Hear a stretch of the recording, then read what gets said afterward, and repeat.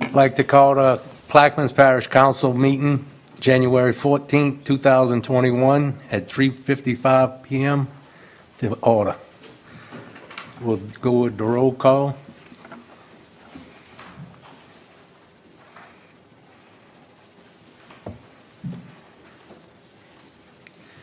Let it show that all 9 council members are present.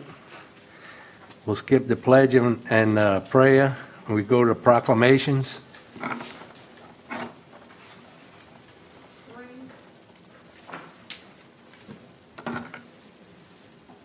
3A, a proclamation declaring Thursday, January the 14th, 2021 as Dr. Frank J. Patty Senior Day in the parish of Plaquemines. I'll ask for a unanimous second. Dr. Gouy offers. Can I get a unanimous second? Yeah. Yes. A proclamation declaring Thursday, January 14, 2021 as Dr. Frank J. Patty Senior Day in the parish of Plaquemines. Whereas Dr. Patty was a resident of Plaquemines Parish since 1950 with his wife Rose, who passed in 2016 after 70 years of marriage. And whereas in September 1944, Dr. Patty was with his U.S. Army unit and landed at Omaha Beach on the coast of Normandy, France. And whereas on December 16, 1944, when Dr. Patty was 20 years old, shortly after his unit fought in South Germany and his unit sped to the Belgian city of Bastogne and engaged in the Battle of the Bulge, Germany. And whereas Dr. Patty obtained the rank of Staff Sergeant and was awarded a Bronze Star for combat medals for serving in 3 distinct parts of Europe, along with a certificate of appreciation from the French government. And whereas Dr. Patty received a certificate of recognition for 7 years of membership in the American Legion Post 329 in Belle Chase. And whereas Dr. Patty went to college on the GI Bill, beginning his career as a teacher, principal, and assistant superintendent for Plaquemines Parish School System. And whereas in 1968, he was elected to the Louisiana State Legislature where he served for 28 years. And whereas Dr. Patty helped Mississippi River Bank through the bureaucracy of establishing its charter in 1980 and served many years as a bank director. Now therefore be it proclaimed by the Plaquemines Parish Council, represented by its duly authorized chairman, Mark Konovich, and by concurrence of the parish president, Kirk M. Lapine, representing the Plaquemines Parish government, that it hereby declares Thursday, January 14th, 2021, as Dr. Frank J. Patty Senior Day in the parish of Plaquemines. Yeah. Yes, Mr. Gouy. I was asked and honored to bring this proclamation forward. Frank was a constituent of mine, and I was the guy he would call up whenever he had a problem, so I guess it was most fitting. But that relationship goes further than that.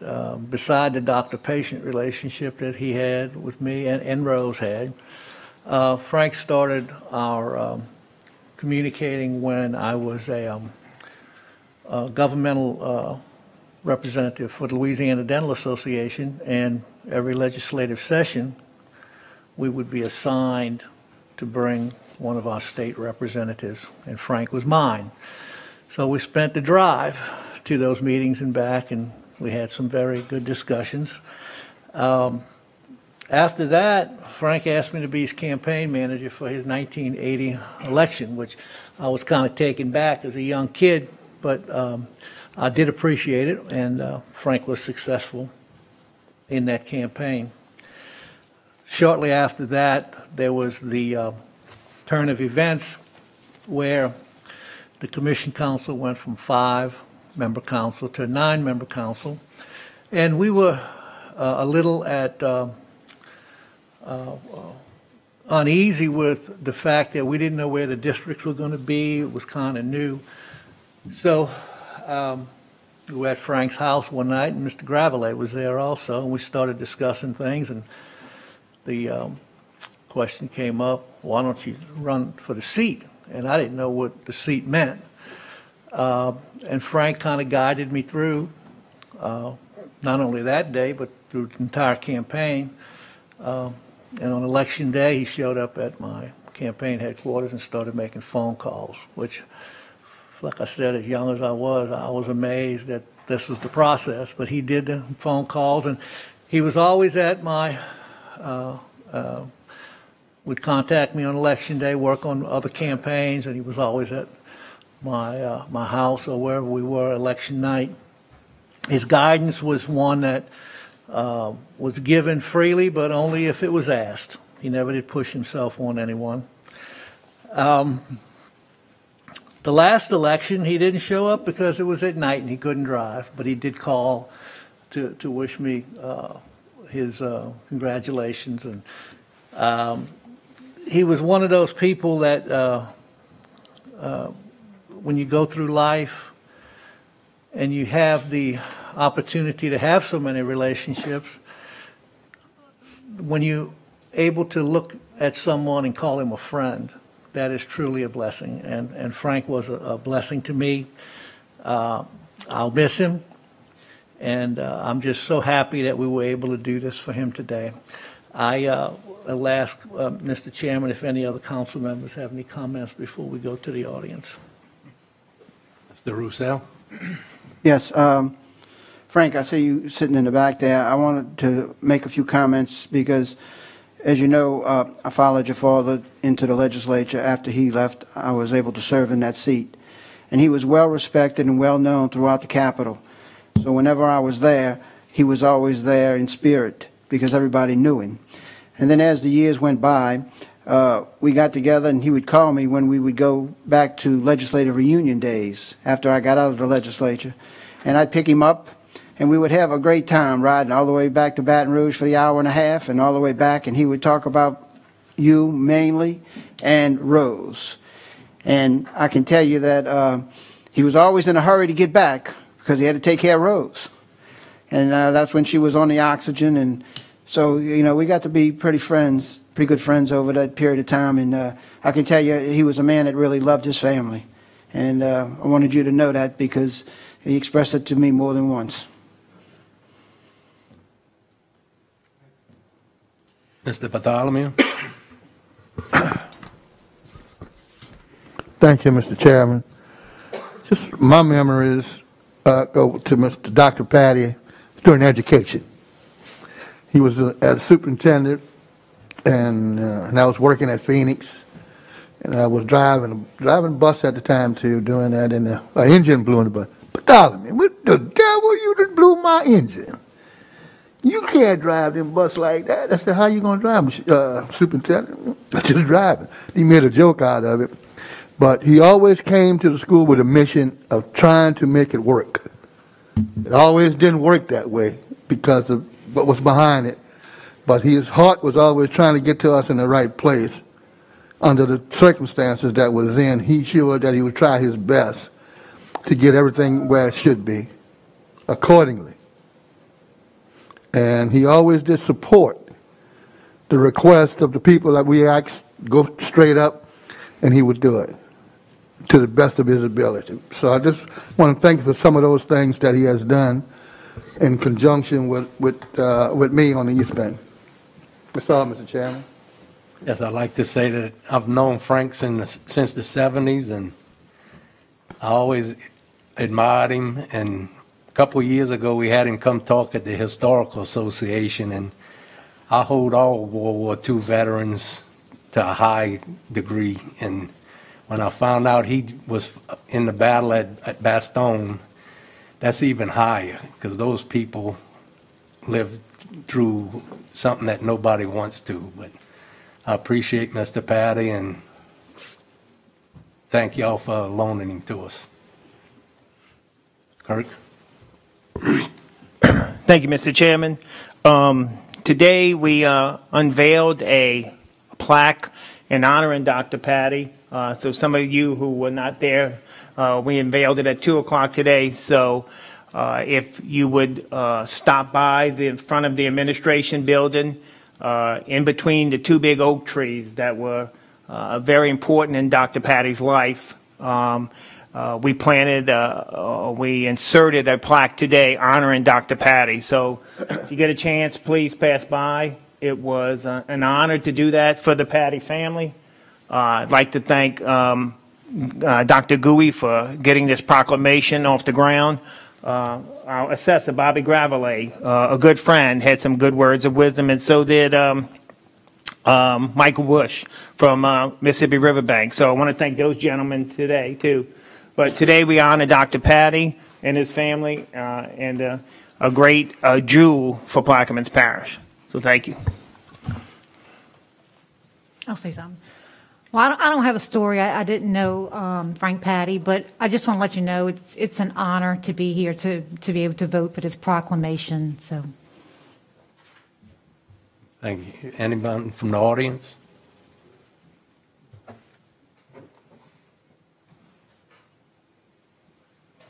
This is high tech. Yeah. Thank you, Mr. Chairman, Dr. Gouy, President Lapine. I'd like to say a few words regarding Dr. Patty, if that's fine. I'm honored and privileged to say a few words on behalf of a person that was a very good friend, one of Plaquemines Parish's dearest friends, one of our finest public officials, Dr. Frank Joseph Patty, Sr. Frank was born and raised in the Hammond, Louisiana area. He was a decorated World War II veteran, former educator, principal, assistant principal, superintendent, and state representative. And the subject of his doctoral thesis was our beautiful, majestic, treasured Louisiana live oak trees. Frank Patty, on December 15th, 2019, had celebrated his 95th birthday. The date, December 15th, 1944, carries an extra significance, as that was the day he and his Army unit were trucked to Belgium to fight in the grueling Battle of the Bulge. A conflict, even though victorious, took 75,000 American casualties that were either killed, injured, or lost. Frank was 20 years old on that December 15th. Several months prior in September, he and his Army unit had landed at Omaha Beach in Normandy, just after the June 6th fighting of D-Day.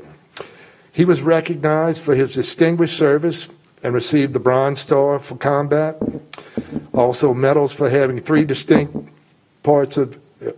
serving in 3 distinct parts of Europe, a certificate of appreciation from the French government, and a certificate recognizing 70 years of membership with the Belchesse American Legion Post 329.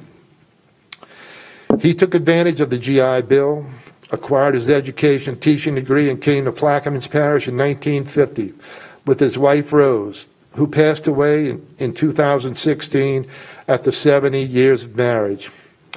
I first became aware of Frank Patty some 60 years ago when I was attending Belchesse High School. He was a teacher, principal, and then advanced to assistant superintendent for our public school system. Frank later, in 1968, became our state representative, serving 28 years until 1996. In addition to becoming state rep, he also became superintendent of the Plaquemines Parish Independent School System, while at the same time obtaining his doctorate from LSU.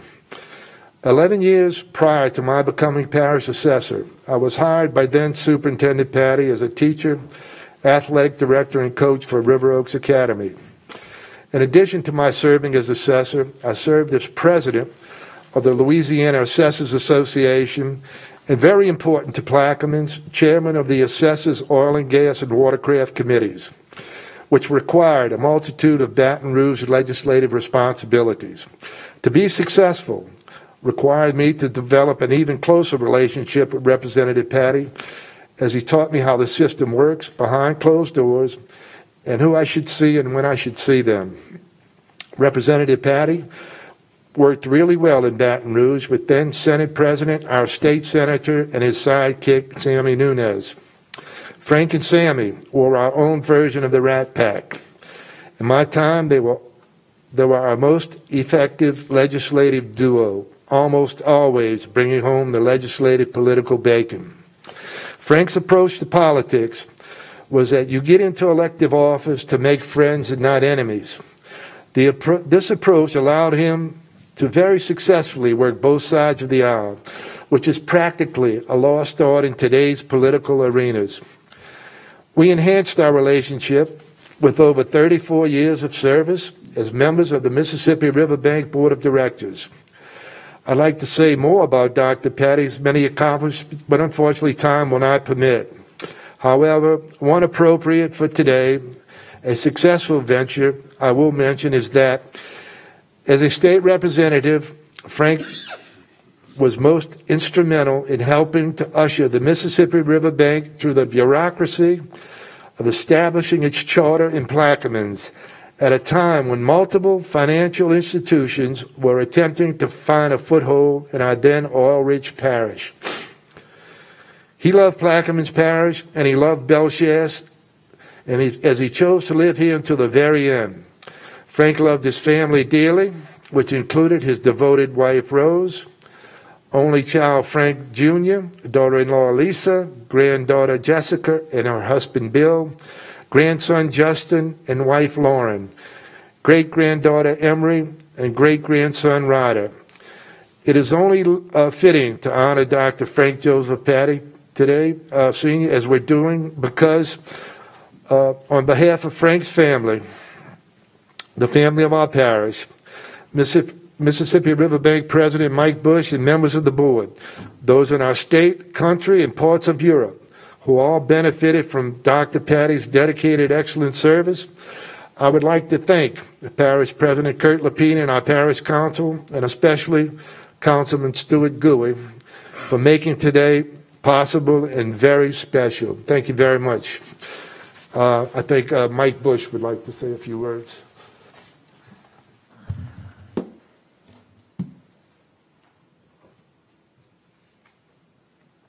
Thank you, Chairman. I want to personally thank President Kirk Lapine and the Council for declaring today as Dr. Frank J. Patty Day, and especially for supporting the placement of the plaque that President Lapine and Dr. Gouey were very instrumental in getting placed earlier today. As Bobby quoted Frank earlier, you get into elective office to make friends, not enemies. 40 years ago, when Mississippi River Bank was in its formative stages, there were 3 banks trying to get into our parish. Again, if it were not for Frank and his friendship with our then governor, Edwin Edwards, Mississippi River Bank probably wouldn't exist today. Thank God for friends like Frank. Frank's friendship with all the people of Plaquemines made him an invaluable asset as a member of our board, and he was very helpful to me in learning how to be a friend to all. Frank never missed a board meeting and always contributed up to the last meeting on January the 15th of 2020. On February the 18th of 2020, Frank passed away. And many, including the Gazette, wanted a quote. As I was reflecting on my experiences with Frank, I remembered that Frank's doctoral thesis was about the great oak trees of Louisiana, and at one time he had asked me if I would like to read it, and I was honored. It was very interesting, and it was very long. If y'all want it was leather bound, letter page, and 2 inches thick. In my opinion, Frank was, no, dare I say is, one of our greatest oaks.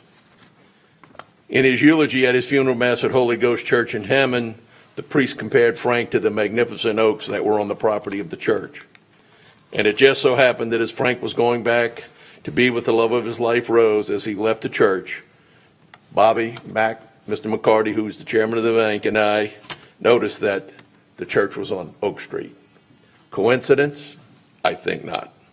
It was my great privilege to have known Frank, and I cherish the knowledge, wisdom, humanity, and especially the friendship that he shared with me and everybody in this audience. Again, thank you all for the time. Thank you. Anyone else from the audience? Machine to vote.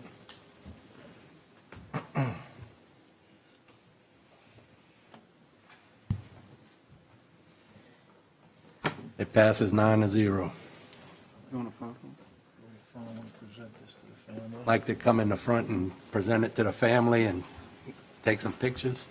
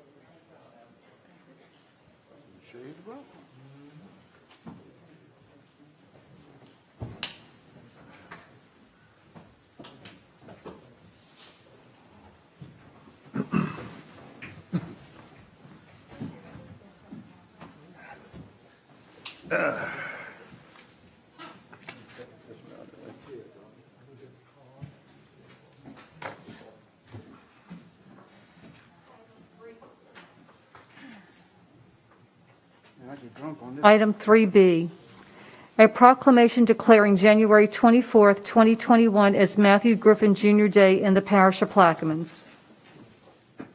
Mr. Bartholomew, Offer, offered by Mr. Bartholomew, a unanimous second. requested. Unanimous second. Mr. Bartholomew. I need to read it first. A proclamation declaring January 24th, 2021 as Matthew Griffin Jr. Day in the parish of Plaquemines. Whereas Mr. Griffin was married to the late Hazel Ben Griffin. Together they had one child, one grandchild, and two great-grandchildren. And whereas from 1941 through 1945, Mr. Griffin was in the U.S. military and served his country in World War II. He received medals of honors for serving in the European, African, Middle Eastern Campaign, the Normandy Invasion, and the American Campaign. And whereas, after his military service, Mr. Griffin dedicated himself to serving the community by joining various organizations and presently is a member of the Paul Narcisse American Legion Post Number 430, the Bethlehem Lodge Number 237, and the Bethlehem Chapter Number 153 Order of the Easter Stars. And whereas on January 24th, 2021, Mr. Matthew Griffin Jr. will turn 100 years old. And whereas this council would like to honor Mr. Griffin and all soldiers who put their lives on the line for protecting our great nation and future generations. Now therefore be it proclaimed by the Plaquemines Parish Council, represented by its duly authorized chairman, Mark Konovich, and by concurrence of the parish president, Kirk M. Lapine, representing the Plaquemines Parish government, that it hereby declares January 24th, 2021 as Matthew Griffin Jr. Day in the parish of Plaquemines. Mr. Bartholomew. Yes, sir. I offer it to this council and ask that we vote. I don't know if they have anyone in the audience from the family. If not, based on what we have, what has been read, I think it would be more than fitting to support this proclamation for the World War II veteran, Mr. Griffin, Mr. Matthew Griffin, Jr. I agree, Mr. Bartholomew. Any other councilman? Audience? Machines to vote?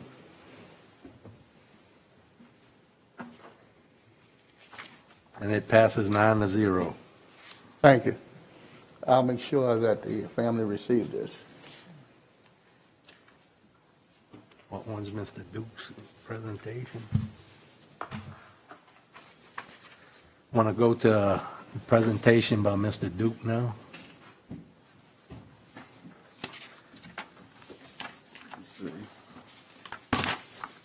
What ordinance is that? I give it to you. That would be item 9D as in David. Let me offer it. A resolution adopting the COSO risk assessment framework and otherwise to provide with respect thereto. Offered by Mr. Roussel. Second. Second by Mr. Blank. Mr. Roussel. Yes, this is a recommendation from the Internal Audit Committee. We have adopted this through the Audit Committee, and now we're recommending it to the full body of the council. And Mr. Duke, our internal auditor here, is to make a presentation, brief presentation. I know he has 40-something slides, but I've asked him to condense it and make it short, simple, and to the point. Thank you, Mr. Duke. Welcome. Appreciate it. I hope it's brief. I'll try to make it as brief as I can. Oh, you're up, man.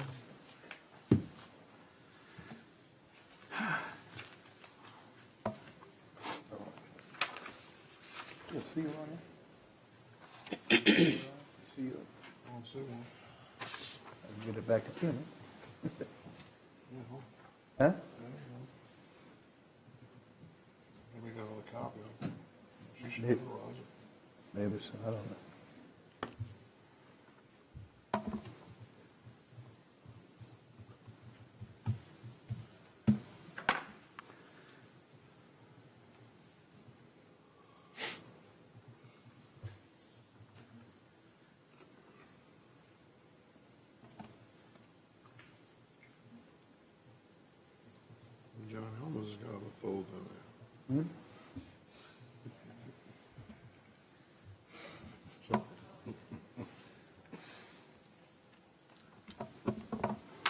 Okie dokie.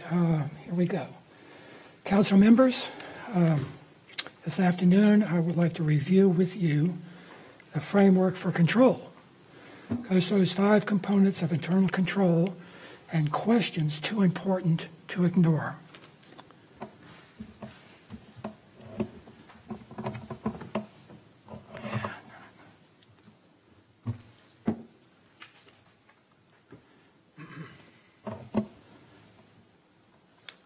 Okay, what is COSO? COSO is a committee of sponsoring organizations of the Treadaway Commission.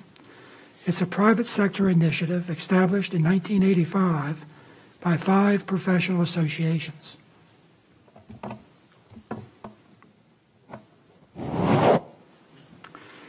Who did this? The Institute of Internal Auditors, the American Institute of Certified Public Accountants, American Accounting Association, Institute of Management Accountants, and the Financial Management Association.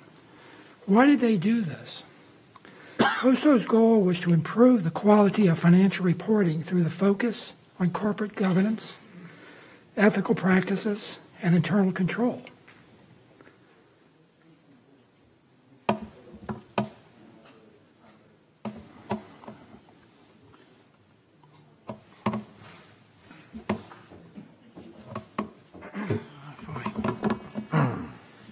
I'm going to go to this this here. Yeah, it just seems like it's not working. Okay. Why? COSO's goal was to improve the financial reporting, like I had stated before, through a focus on corporate governance, ethical practices, and internal control. The definition of internal control. How do we define internal control today? It's a process that's affected by the entity's board of directors, management, and other personnel that's designed to provide reasonable assurance regarding the achievement of the organization's goals and objectives. What are the categories of internal control that we use today? The first one is effectiveness and efficiency of operations, reliability of financial reporting, compliance with applicable laws and regulations. What are the components of internal control? Mr. Duke, could you speak into the mic a little bit closer? I'll straighten the mic out for you. What are the components of internal control that's used throughout the state of Louisiana? The first one is control environment. That's the tone at the top. The second one is risk assessment. The third is control activities, policies and procedures that we use on a daily basis. Information and communication, and monitoring. Ethics. Does the board members and senior management executives set a day in and day out example of high integrity and ethical behavior? Is there a written code of conduct for employees? And is it reinforced by training, top-down communications, and requirements for periodic written statements of compliance from key employees? Are performance and incentive compensation targets reasonable, realistic, and do they create undue pressure on achievement of short-term results? Is it clear that fraudulent financial reporting at any level, in any form, will not be tolerated? Are ethics woven into the criteria that are used to evaluate individual and business unit performance? Does management react appropriately when receiving bad news from subordinates and business units? Does a process exist to resolve close ethical calls? Are business risks identified and candidly discussed with the board or directors? Risk Is relevant and reliable internal and external information identified, compiled, and communicated in a timely manner to those who are in a position to act? Are risks identified and analyzed and actions taken to mitigate them? Are controls in place to assure that management decisions are properly carried out? Internal control. Does senior and line management executives demonstrate that they accept control responsibility, not just delegate that responsibility to financial and audit staff? Does management routinely monitor controls in the process of running the organization's operations? Does management clearly assign responsibilities for training and monitoring of internal controls? Are periodic systematic evaluations of controls conducted and documented?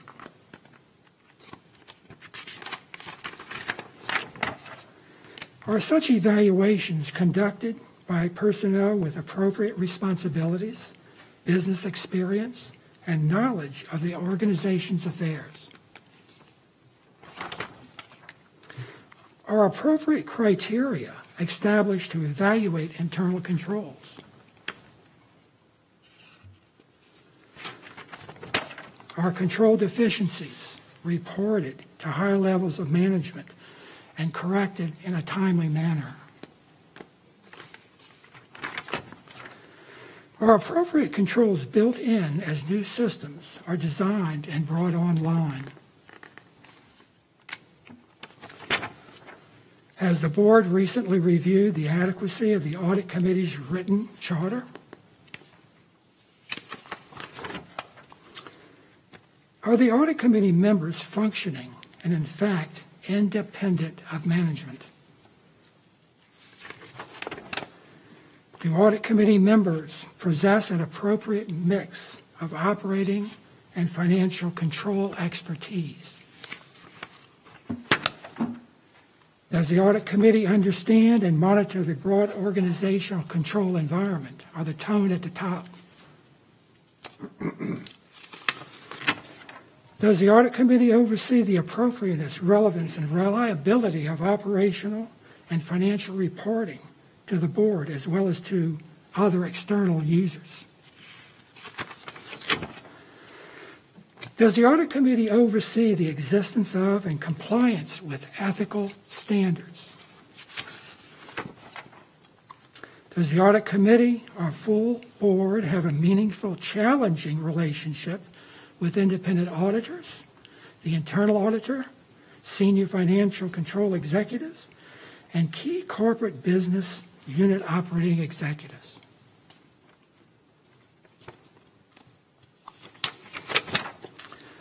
Internal auditing. Does internal auditing have the support of top management, the audit committee, and the board of directors as a whole? Has the written scope of internal audit responsibilities been reviewed by the audit committee for adequacy? Is the organizational relationship between internal auditing and senior executives appropriate?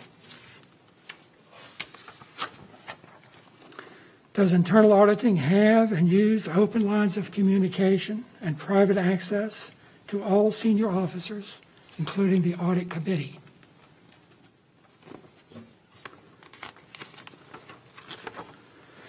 Are audit reports covering the right subjects distributed to the right people and acted upon in a timely manner? Do key audit executives possess an appropriate level of expertise?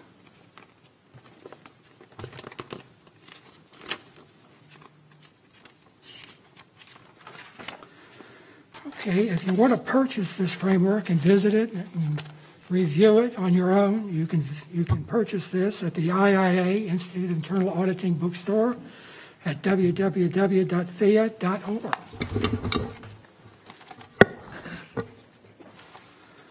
Also, if you want to learn a lot more about what COSO is all about, you can go to www.coso.org.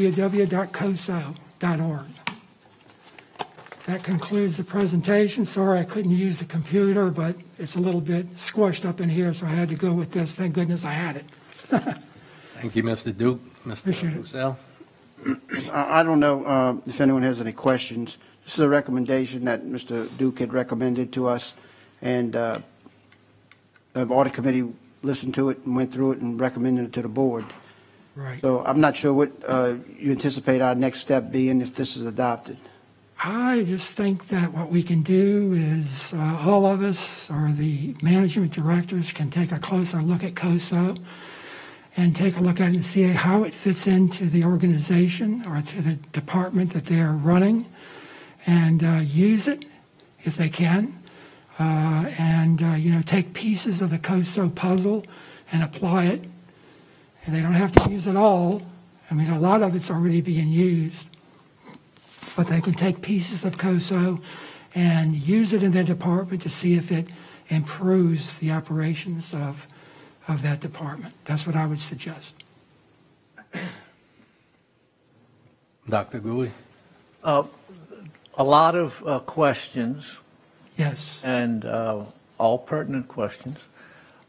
Have you had an opportunity to evaluate where we stand in regards to this? Yes, sir, I have, Dr. Gouy, and I have mentioned it to the audit committee that it does appear to me that I would say 3/4 of this information is being done already, but I don't think that the people that are doing it realize what they're doing.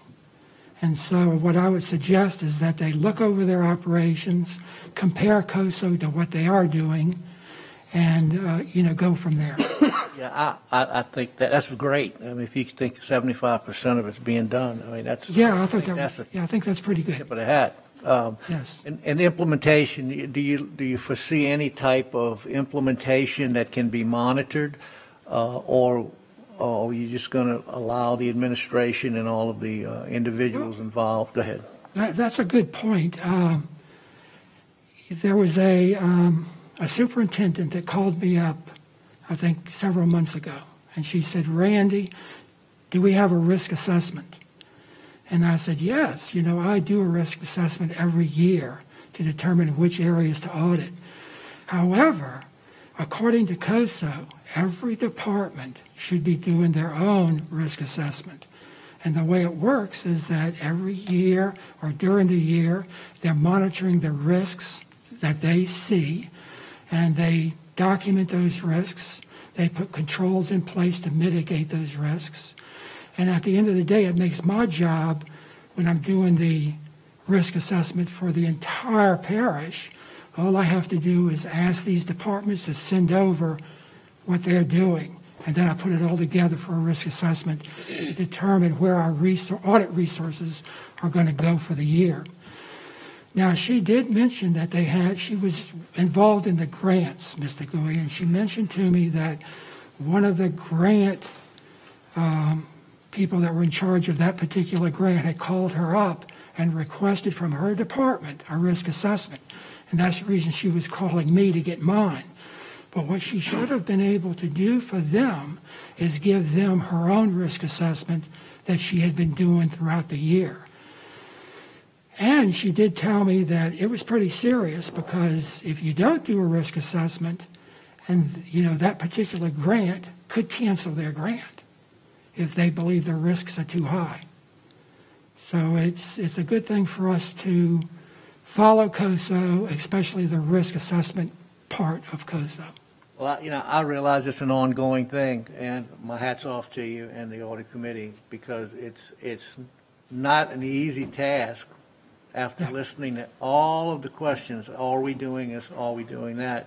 That it's something that through repetition, I'm sure, we will continue to improve, and I appreciate that. Yeah, and I have been in this business for quite a while, and I'm not trying to brown-nose anybody here, but, since I've been here for the past 3 years, I can promise you that from my experience, the people that are working for this parish are doing what they think is right. They love this parish, and they work here because they live here, and they want everything to function correctly. That's been a pleasure for me. Thank you, sir. Any other comments from the board? From administration? From the audience?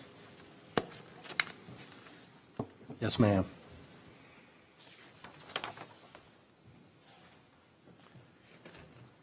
State your name and address for the record.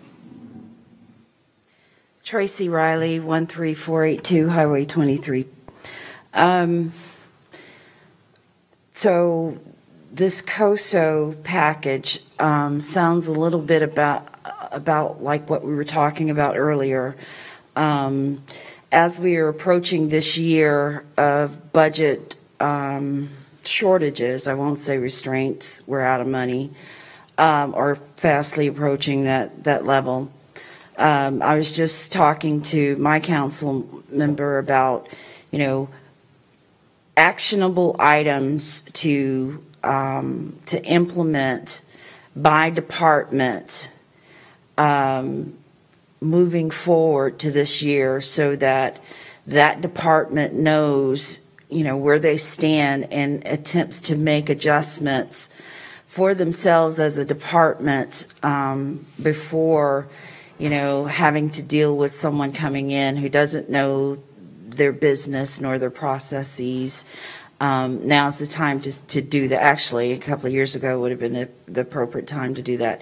And I think of systems like Six Sigma process analysis, and it's good to hear this COSO approach. And I award or applaud whoever invited the gentleman to come in to have these kinds of presentations at this moment, so that we can be more proactive in making changes. But I just want to put it out there that, it is not enough that we have people who want to do what's best for the parish. We're at a point where we need subject matter experts with the right skill sets in the positions, the appropriate positions that they're holding, so that the know-how is properly implemented, so that we can get the changes that we need. And that's going to require us to make some sacrifices. It's going to require us to have discipline in making decisions as we learn what the problems are, and do what needs to be done, even if that means letting go of, a loyal person who's been in a department for X number of years. We are now at a critical point where those types of decisions have to be made. So I just wanted to put out there that perhaps we need more than self-corrections by the department, perhaps, and I don't know if they've got teams that come in to help guide this process along versus relying on the individual managers to make those tough decisions. Just a suggestion. Thank you, Ms. Riley. Thank you. Mr. Blink? Oh, Ms. Riley, is Six Sigma, is that a military type of program or strategy? It's used in the military, but it's also a corporate process analysis system to help you look at what you're doing, what Ms. Riley? looks like. Ms. Riley, can you come back to the mic?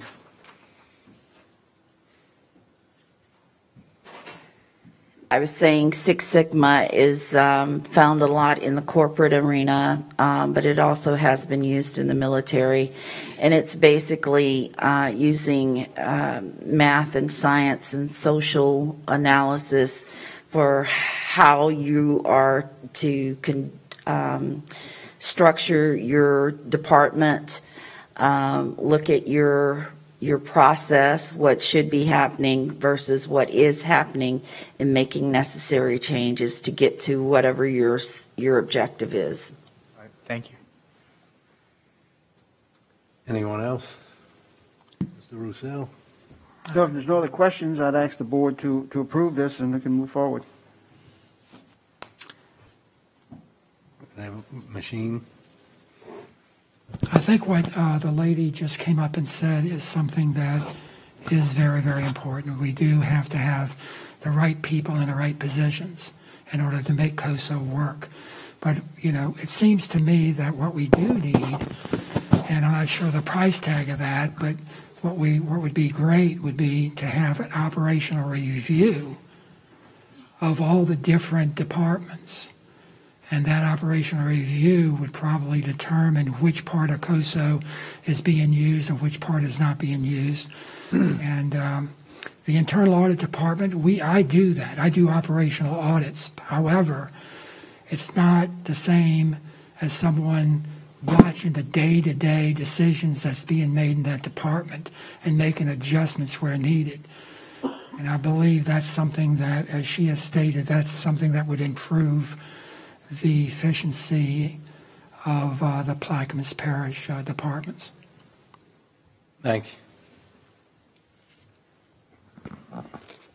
No, ordinance passes 9-0. Thank you. Go back to number 2, executive session.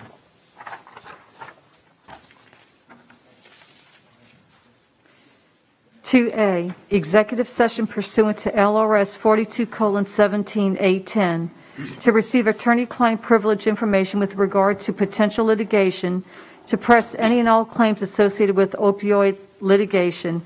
Attorney Jacques Tuzet, Councilmember Konovich.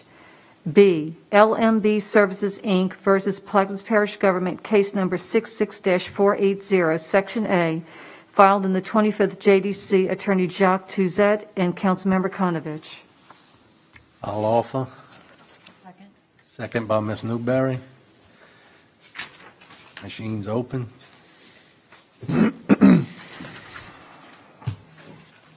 Blink, he stepped out. Let it show that 8 with 1 absent. Let it show that we're going into executive session at 4:43 p.m. Hit that. Right.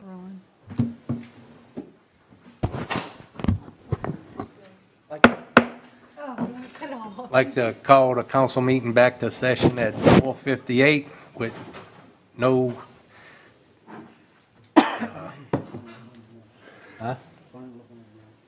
no vote needed for final action on those. Number 4. Status report by the parish president. Mr. Lapine. Thank you, Mr. Chairman. The number of COVID cases and COVID vaccines as of Wednesday, January 13th. Confirmed positive cases in Plaquemines Parish is 1,465, up 77 from January 6th. Probable positive cases at 1,921, up another 129 from 1/6. The positivity rate as of 1/6 is 17.1, up 2.5 from January 6th. The death total now is 21, including 1 probable. As you can see, cases continue to steadily rise each day. According to LDH, this is a result of community spread mainly through small gatherings during holidays. I know of several residents that were admitted to local hospitals recently due to COVID. Plaquemines EMS continues to respond to and has transported some patients to local hospitals of COVID. Governor Edwards has extended the modified Phase 2 order until February 10th and recommends limited exposure to others outside your household due to high community spread over the holidays. Vaccine update. Plaquemines Parish Health Department has distributed 200 vaccines to first responders. The second dose of the vaccine will be coming to those individuals beginning in February. Plaquemines Medical Center and Plaquemines Primary Care received vaccines for their staff last week, with extras that they had were distributed to healthcare workers in the parish. Riverbend Nursing Home partnered with Walgreens, and 100 clients and staff received their vaccines on Monday. Delta Drugs was allotted 100 vaccines through the state, and those have been distributed as well, on the second dose coming in February. The drive-through vaccine has been called off until further notice after receiving word that the National Guard will not be available to us for several weeks at the earliest. We are having discussions with LDH on the other possible ways to get the vaccine out to our 70-plus year-old residents. LDH has placed an order for 300 vaccines for Plaquemines Parish to go toward the 70-plus population. This order is not guaranteed. We are working on a plan with Plaquemines Pharmacy and PMC to distribute those vaccines on an appointment basis only. PMC has agreed to utilize the mobile unit to distribute to our East Bank residents. We are waiting word for LDH to confirm the number of vaccines. Plaquemines will receive what we'll receive, and the date for their arrival. We will then advise everyone of the date and process in which the vaccine will be available for our residents. Hurricane Zeta recovery. Governor John Bel Edwards' request for a major disaster declaration due to damage in Louisiana from Hurricane Zeta has been approved by President Trump. This will provide direct assistance to those people and communities impacted by the storm. What does that mean for the residents of Plaquemines Parish? Homeowners and renters who suffered damage from Hurricane Zeta should register with FEMA and apply for federal disaster assistance as soon as possible. Survivors may be eligible to receive assistance for uninsured and uninsured damages and losses resulting from the hurricane. Plaquemines Parish was designated eligible for FEMA Individual Assistance Program under the Major Disaster Declaration signed by President Trump for damages and losses from Hurricane Zeta between October 26 and October 29, 2020. For residents, if you have not done so yet, contact your homeowner's insurance company immediately to file your storm damage claims and documents that damage with photos. You do not have to wait until your insurance companies to make a decision to take the next steps. The faster you file, the faster your recovery can begin. The deadline to register for assistance for Hurricane Zeta is March 15, 2021.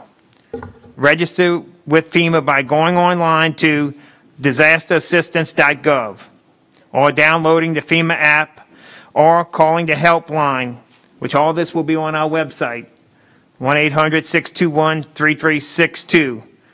The toll-free telephone lines operate from 7 a.m. to 10 p.m. 7 days a week. For businesses, U.S. Small Business Administration disaster loans are available for business of any size and nonprofits up to $2 million for property damage. For small businesses engaged in agriculture and most nonprofits up to $2 million for working capital needs, even if there's no property damage, with $2 million maximum loan for any combination of property damage and working capital needs. For homeowners, up to $200,000 to repair or replace their primary residence. For homeowners and renters, up to $40,000 to replace personal property, including vehicles. Business and residents can apply online to SBA GoFunding.programs.disaster assistance. Again, this will be all on our website. Additional relief may be made at a later date if requested by the state and warranted by the results of further damaged assessments. Coastal projects, Christmas tree recycling program. Plaquemines Parish will begin recycling Christmas trees for coastal restoration. Trees will be picked up curbside until January 22nd. Residents can drop off trees at the compacted locations in Belle Chase or Port Sulphur. Recycling requirements, no lights, no stands, no flocking, no bags. We have been seeing a great turnout with this project. Trees that are collected will be used for a coastal project here in Plaquemines Parish near the Civic Drive Fishing Pier. Since we're talking about the Civic Drive Fishing Pier, I will welcome everyone on January 29th. We're going to have a ribbon cutting at the new Port Sulphur Civic Drive Fishing Pier. It is great to see this project come to fruition, and it's a great place where you can sit, bring your family for a day of fishing, and enjoy time together. All around something fun for our community, and I think it's been a wonderful attraction to Plaquemines Parish. And finally, recreation. Parish Recreation just wrapped up a 2021 basketball registrations. Recreation Department is currently looking for basketball coaches in the following group, ages 5, 6, 9, 10, 11, 12. If interested, please contact the Recreation Department or Tony Henry on his cell phone. That is my report, Mr. Chairman. Thank you, Mr. Roussel. On the FEMA assistance, do you know if any assistance is there for those people that have deductibles like $7,000, $10,000, $20,000? Does the FEMA assistance help that? I think they compile all that information. They really haven't said. We got the information Tuesday. But from what I'm gathering, what I'm hearing some of the meetings, that they're gathering all that information, and they could possibly, make it broader. Because I know people get 5%, 10, 15, 20,000 deductible. That's a burden on. Okay, the next question I have is that what time is the ribbon cutting on the 29th? I apologize, I didn't say it. I think we said 10 or 11 a.m., but I'll get that email sent out. Okay. And the last thing I have is we had gotten an email about Mr. Paul Richard had been awarded the contract for managing the liquidation of parish properties. I thought he might have been here today, but are we going to be able to have something with him? We have a meeting set up next week. Initially, he has COVID, so we will. So no, he's not here right now. He won't be here, but we have a meeting set up with him next week, and then we'll bring you guys up to speed. Thank you, Ms. Newberry. Yes, I want to reply to Mr. Roussel. He asked about the people who have like a 5% deductible. I mean, my recommendation when I speak to members of the government is to go ahead and apply. So, I mean, this is my suggestion to the public: apply anyway. You never know what the government's going to give you. Well, that's Ms. Newberry. The FEMA encourages everyone exactly to apply. Thank you. Also, I have several questions. You said the Guard had canceled on us when it came to helping us with, reiterate that, please. Okay, we were going to attempt to maybe try to do a drive-through for the here. COVID testing, is that correct? And the Guard was going to support us, and we realized that we didn't have the ability to do it. So what we have done is reached out. Delta Drugs has got allotment of 100, so that vaccines are not enough, but they're starting to trickle in. So that suffice some of the southern end. When we get these 300, we were going to do Plaquemines Pharmacy with Russo supporting Plaquemines Pharmacy, helping to do vaccines at Plaquemines Pharmacy. That would be Bell Chase area. PMC bus would take the other 100 vaccines and go to the East Bank and vaccinate those over there. So we put an order in for 300. We don't know if we'll get 300. So that's why the Guard was canceled. The Guard was canceled because we couldn't support that all by ourselves. Also, President Lapine, I want to thank you for handling the tree pickup, because that was I remember this very clearly last year. We didn't have that program, so thank you for that. Well, I got to give kudos where kudos are. John Helmers has done a phenomenal job of finding a project here in Plaquemines. We used to collect trees and give them to Jefferson Parish. In fact, I saw Councilman Ricky Templet out, and he said, "When are we getting our trees?" And I said, "You're not getting them this year." Well, thank you. So they're coming here to Plaquemines Parish. So it's a project here. All right. Well, thank you very much. That's all I have. Mr. Blank. Sure, I had a couple questions. The time that's been answered. Actually, all my questions have been answered. Thank you. Mr. LaFrance. Thank you, Mr. Lapine, for that coronavirus report. That declaration for the Hurricane Zeta, how is that going to affect the people that I spoke to you about who have trees in their yard? Are we going to be able to take and go get it now? Well, there is, Mr. LaFrance, I appreciate your attentiveness on this, and that one resident. Look, I've spoke to her many times, and I've told her that We cannot go on on public property. She said she signed a right of entry. I've told her we have some issues that we can't. Now, when they register, and we encourage them to register with FEMA. So there could be some options or ability that FEMA will have to help them out. That doesn't necessarily say just because it's a disaster area that we can go in and clean it. So I think we encourage every resident to register and see if they can get helped out with FEMA. Okay, so there's no guarantee that's going to help those residents out. On that, Mr. Blepine, again, the residents from Lake Hermitage, we spoke to you about 2 months ago. You were supposed to give me a time and a date where we can meet with them. I haven't got that time yet. Lake Hermitage or Myrtle Grove. Myrtle Grove. Mr. LaFrance, I apologize. Mr. Redfern, the attorney who sent me a letter, we were going to try to set up a meeting Wednesday the 20th at 6 p.m. at the firehouse. I will confirm that tomorrow with our guys and make sure and give you a definite confirmation in the morning. Thank you. Okay. Mr. Black? Yeah, I hate to dabble in other people's districts, but I am curious, Mr. Helmers, what's the status of the boat launch on Walker Road, that project? I just received the permits that were submitted to the court. Can you come to the microphone, please? I have just received the application for the permits for the Corps today from ELOS. The environmental on that side, the levee's been done. So we're waiting on that permit process. The design's been pretty much laid out on the one side. Mr. Roussel and heavy equipment's been clearing our old yard. So that's not going to be incurred on cost for us as we build a new boat ramp. All right, I'll yield to Mr. Roussel. Mr. Roussel? No, I thank you for that, and I'm looking forward to it being built. My question wanted to go back to the COVID issue. Are we renting public buildings out for large groups? Because, I've heard about a wedding down the road, and that's when the COVID started busting out, and I keep hearing that story. So my question is, are we renting the public buildings out for large events where we're having more people than we should have in there? We're renting buildings, and we have a 75 limit code, and the people at the centers have armbands that they give out, and we also have a sheriff deputy there too. So we are restricting attendance? Yes, we are.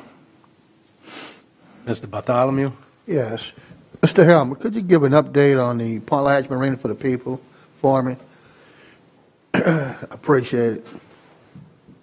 The Point Lahash Marina is one of the projects that'll be coming up on the HMT dredging part, which when that process starts, we will take the dredge material from the harbor and place it along the sides where the bank had slipped in, and also to establish kind of a potato levee on the southern side of the harbor to make sure to slow that water from coming in on tidal. That should all be engineered and taken place probably the third quarter of this year. What they also concerned about the walkway for the slips. That's right. That will help. What we're going to do with that material will help those slips stay dry. Yeah, but some of them are in bad shape. Right. Are we having Absolutely. money coming in? Absolutely.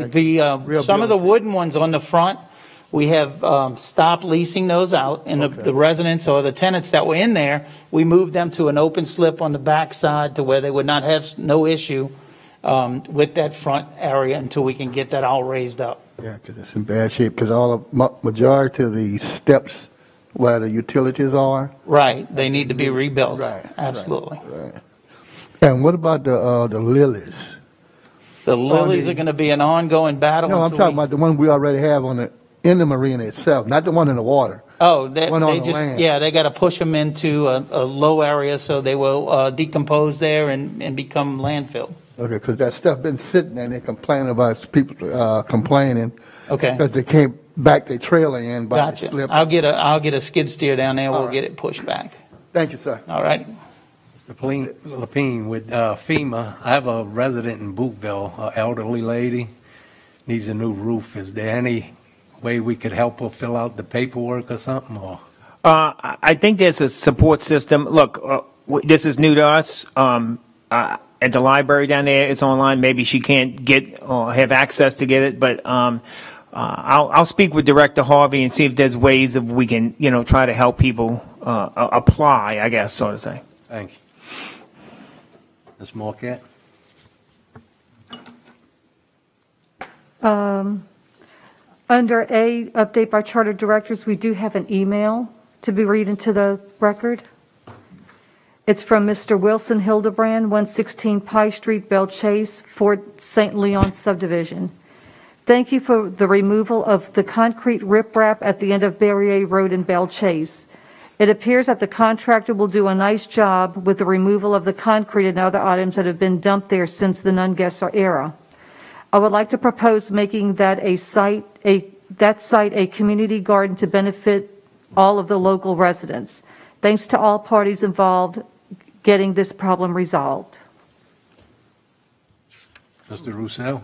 Yes, Mr. Hildebrand, let me tell you that I'm happy to see it being moved, but Mr. Scott Roussel informed me that we will be putting a few more pieces there, but it will be removed after it's ground, so don't get alarmed when you see trucks putting a few more pieces there, because it's going to be removed, correct? Yes, sir. I know he wrote that nice email thanking us, but I don't want him writing another one next week, say, what in the hell you doing putting more? So we're going to let him know right now that it's only temporary, and it's not like a long time, correct? Yes, I promise. Yeah. He promises, Mr. Hildebrand. Thank you. Mr. LaFrance? Yes, Mr. Scott Roussel. I would like to know when is the trash is going to be picked up in Ironton. People are renovating their homes from the hurricane damage, and when I went in there, some of the debris is about 5 feet tall. I had several phone calls from the residents from Ironton, and I told them I was going to ask when can we expect for solid waste to go in there and remove it. Yeah. Mr. LaFrance, I spoke personally with Ms. Salvant and expressed her concerns. I told her that we were coming. We had some issues in solid waste. We are coming. She addressed that issue about people working on projects or roofs, dumping stuff on existing trash piles and making them more trash. So we had our solid waste go down there and speak with some of the contractors and make sure that they are responsible for their debris that they take off the roof or whatever. But I can promise you we are working to get it, and we will have it done tomorrow, maybe working some Saturday. So. I noticed y'all was working last Saturday in Belle Chase, so I was just wondering when we can expect for solid waste to come in Ironton. We had some issues with some members of our team come down with COVID, and we've had some issues of people taking off for the end of the year. But I can promise you and assure you that we will be on it as soon as we can. So should I let the people know that okay. That's all. Mr. Bartholomew? Yes. Mr. Ebley, could you give an update on the schedule, the Point Life ferry, both sides, east and west? That we have made some suggestions, whatever you found out, let the people know, please, sir. Are we going to that item on the agenda, or are we talking about under here? Under his report. I'm asking, you want me to go on that item? I don't have a problem, whatever you want to do. Up to you. No, it's up to the president. He made a comment what he want done. If it was on his report, that's fine. We can talk about it, or we can go to it. I mean, we can knock two What you want to do, Mr. Ebley? You want to wait till now, Leo? So we did some research. Okay. You had requested that we run extended hours in Point LaHash because we're not accommodating people that work 12-hour shifts. Right. We looked into it. The suggestion of having a morning shift and an evening shift would work, but we can't work those people 365 days a year. In fact, the Coast Guard says they can work a maximum of 14 days, and then they have to have days off. That's from the Coast Guard. Same thing with working more than 12 hours a day. They have to have rest time in between before they can come back the next day. And that's because they work on a passenger vessel. This is information, documentation that we've gotten from the Coast Guard. In order to do what it is that you would like us to do, we would have to hire another crew and basically go back to what we were doing prior to at a cost of about $300,000. Idea where we can get some of the money in the budget? I have no idea, sir. Right? You asking me? Look, you guys you guys funded in December to run the Bell Chase ferry, and I made a commitment. We're going to run both ferries. We run them 12 hours a day. We can run a crew 7 days a week. You know, if I get more money, I could probably run the ferry boats a little bit, hire more crews. But we do have 2 boats operational, and the time right now is 8 to 8 on the Point LaHash and 6 to 6 on the Bell Chase. And we will be rotating that and moving from 6 or 5:30 and changing the hours on the Bell Chase ferry. So that's not set in stone. You know, we're watching it. We're trying to accommodate everyone.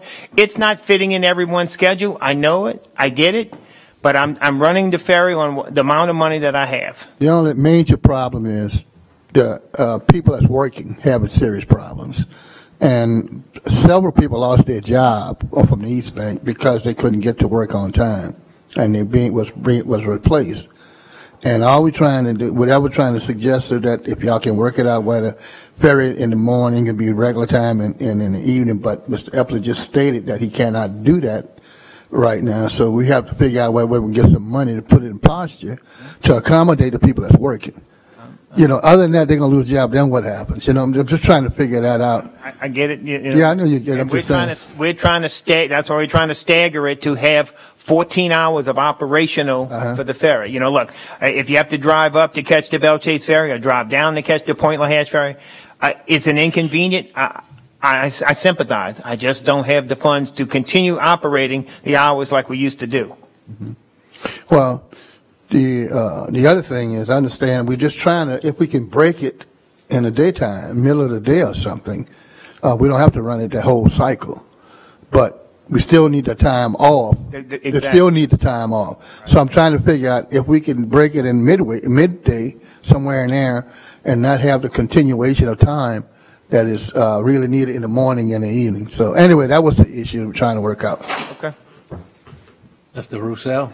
Yes, while we're on this subject, there's an item on the agenda today of the adoption of the Proclamations Parish Title VI plan. If you look on pages 34 and 35 and 36 of that plan that we're asked to adopt today, it has a ferry schedule in there that says that we are going to run the Bell Chase Scarsdale Road from 5 a.m. till midnight, 7 days a week, 365 days a year. And it also says we're going to run the East Point LaHash ferry, West Point LaHash, 5 a.m. to 10 p.m., 7 days a week at 365 days a year. What I would ask is that you ask us to defer that item and we get this straightened out, because there's no way we can afford to adopt this policy. And I apologize. What is that? If you go to item E on the agenda, 9E, there's a resolution under Councilman LaFrance's name. Okay. And in the policy on pages 34, 35, and 36 sets up a schedule that we are saying that we're going to operate on, which okay. Well, I would suggest we defer that until we get that correct. Thank you. Sorry I had to read that, but while we're on that subject. All right. Thank you. Anyone else? Good catch. Audience?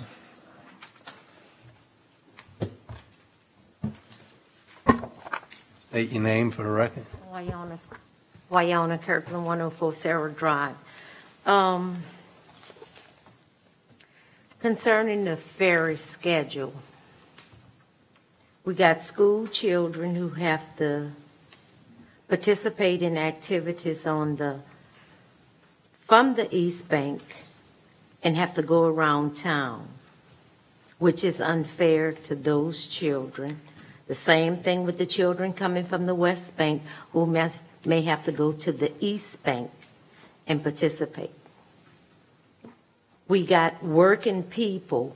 I know some people who are talking about they have to come and sleep where someone's house to get to work on time to get to the East Bank, leaving their families. That is very unfair and inconvenient. That schedule that's set for that ferry only accommodates the courthouse, the employees who are working at the courthouse. And that is not fair. We've been taxed with the water for $7. I have all of the agendas, and I think Mr. Blank said that was going to generate us $900,000, maybe to $1 million. You knew you had the ferry in the schedule. You're looking for $300,000? $300,000. That's what you just said. I just heard someone say it, to run from 6 to 10 boat ferries, 6 to 10:30. I think John was talking about the new schedule or something that he presented or whatever. That is totally unfair. I would not want my child going around getting home at 12 o'clock at night. Now, we need to find the money somewhere. You're in a budget. I know for a fact that you have employees who have retired and working with you all, getting another paycheck. So when you cut budget, you cut top down, not bottom up. You have people who are ready for retirement. End drop, completed drop. You can hire somebody younger and that's making $80,000 and pay them at $30,000 or $35,000. It doesn't take a rocket scientist.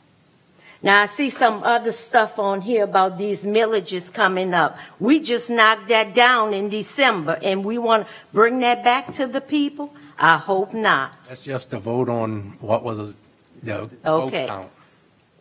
But we need to find the money to accommodate the people. We always look at the low social economic group that's hurt. The south end of the parish, the East Bank, it's always being taken away from them.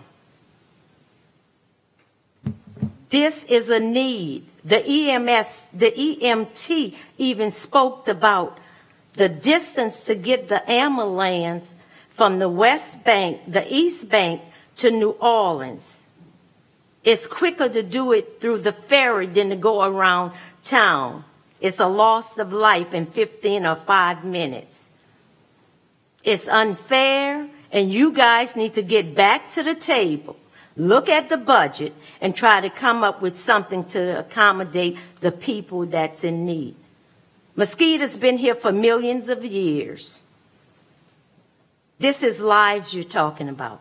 The same people you asking to pay $7 on their water bill gonna lose their job because of the ferry. So how you expect them to pay the $7 fee? We're not making sense here. It doesn't take a rocket scientist to figure it out. And we need to be fair about this. Thank you. Thank you. Anyone else?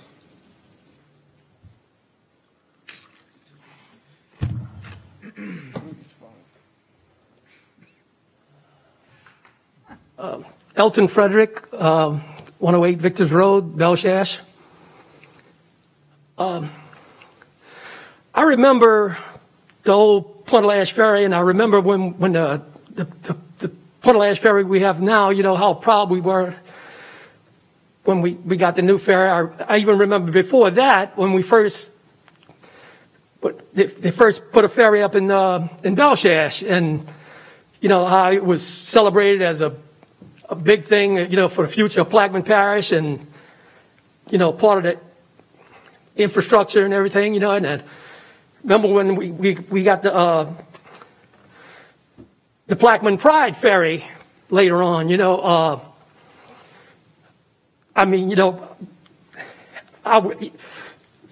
some people was complaining about, you know, it should have been done different. Should have had a, you know, wider ramp, two-way ramp and everything. But the fact is, we found a way to, you know, we got the ferry and, you know, made it work with what we had, you know, and it was a good thing, you know. But now, you know, the ferry is a big part of the infrastructure of the parish. And, but now it seems like whenever the parish is, we short of money and everything right now, but the ferry is treated like some kind of socialist entitlement, and, that, and it's the first thing we cut when we have problems, I mean, we find ways to get other things done, found a way to get this building here built and stuff, money, and, but now we have issues as, we can't afford the ferry, we have to raise the rates or cut the schedule back and everything, and I know people, there's a supervisor for Alliance Refinery that lives on the East Bank, and he's called all the time to, for issues at the plant. He can't get to work, on time. They have a startup going on over there right now. There's other workers that can barely make it up to Bell Chase in time to catch, they're worried about making it to work. They're rushing to get to work in the morning, and we have I'm a member of the American Legion. We had to, our last meeting, it had to be earlier, an hour earlier, because of the ferry schedule. But then we have another problem. People get off work too late to get to the meeting, from both sides of the river. We have people that, it causes all kind of problems, and I just, it shouldn't be the first thing, to always cut or just say, we don't have money for it. I can't do anything. You find ways to get other things done. I mean, I like recreation and, looking forward to using the fishing pier and all that stuff. But the ferry should come first, and the schedule it's hurting the parish. I mean, I know people that live. It's not just the East Bank. There's people that work on this side of the river, trying to get to work, at the coal terminal and Stoughhaven, and it's just time's up. But we understand your concerns. I'll talk more about the other thing on the other agenda about the raising the fees. Then. Yes, sir. Thanks. All right.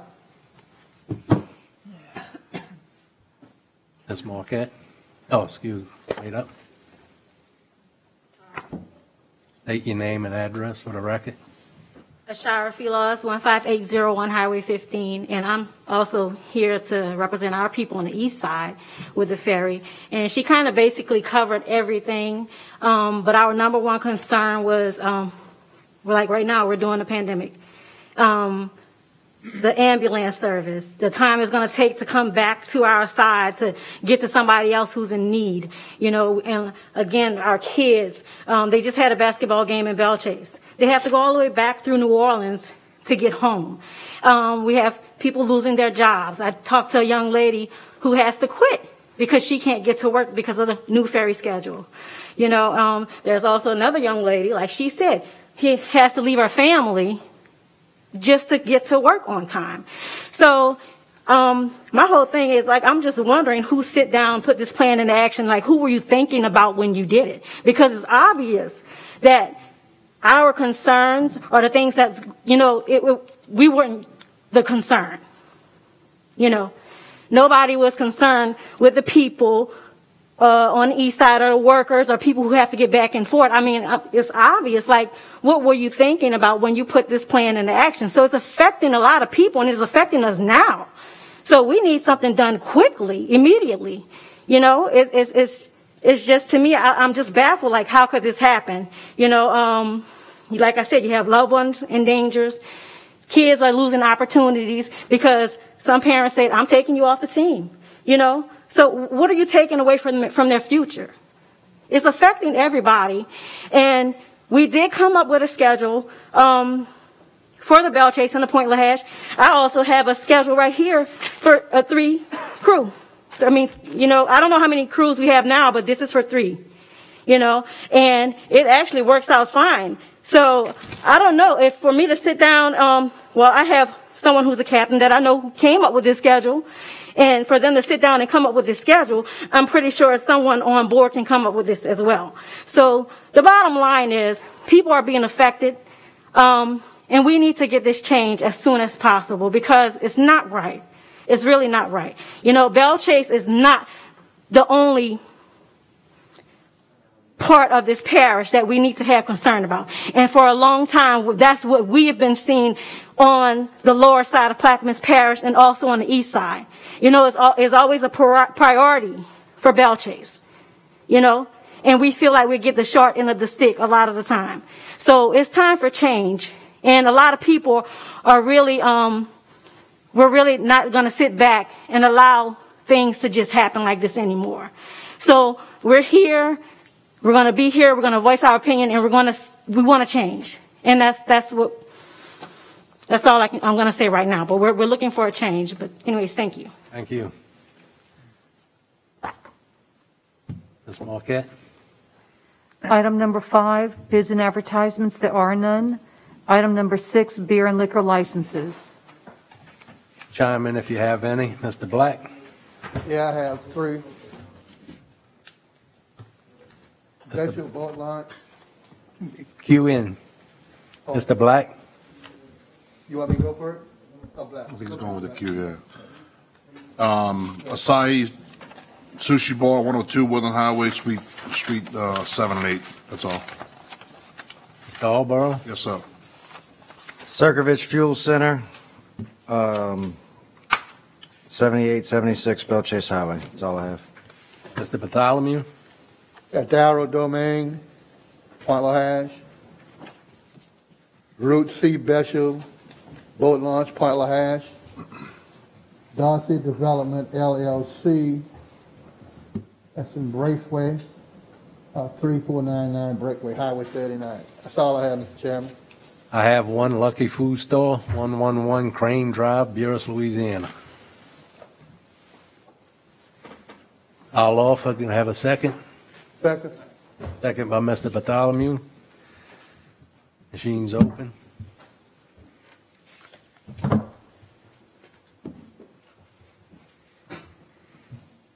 And they passed 9-0.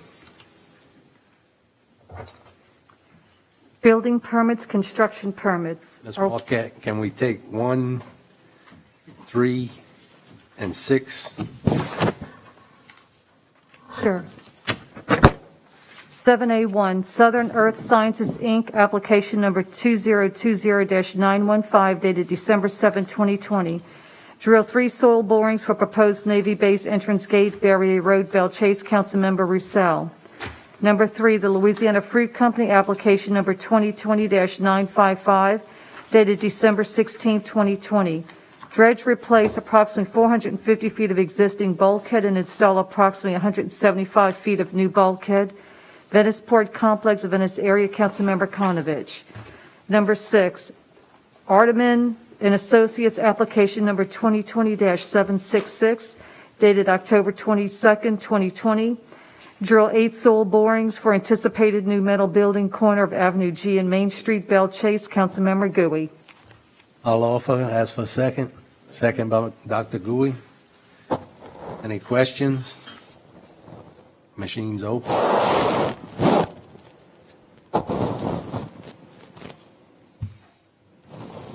But it showed Mr. Black stepped out, passed 8-0. Okay. Number 2, Phillips 66 Alliance Refinery, application number 2020-924, dated December 9, 2020. Install new water clarifier tank foundation will consist of installation of 114 steel pipe piles and reinforced concrete pile caps. Alliance Refinery, Councilmember LaFrance. So offered. Second. Offered by Mr. LaFrance, second by Mr. Blink. Any questions? Machines open. Let it show that it passes 7 with 1 abstention and 1 not voting. Number 4, Fergo USA Land, Inc., application number 2020-962, dated December 17, 2020. Perform 2 cone penetrometer testings for proposed new dock Point Celeste area. Councilmember LaFrance. So offered. Offered by Mr. LaFrance, second by Mr. Blink. Any questions? Machines open.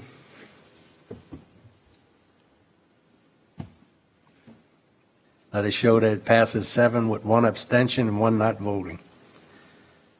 Ms. Marquette. Number 5, Fergo USA Land, Inc., application number 2020-963, dated December 17, 2020. Drill 2 soil borings for the proposed HDD crossing associated with Gator Express Pipeline near Lake Hermitage Road and Deer Range Canal. Councilmember LaFrance. Mr. LaFrance. So offered. Offered by Mr. LaFrance. Second by Ms. Newberry. Any questions? Machines open.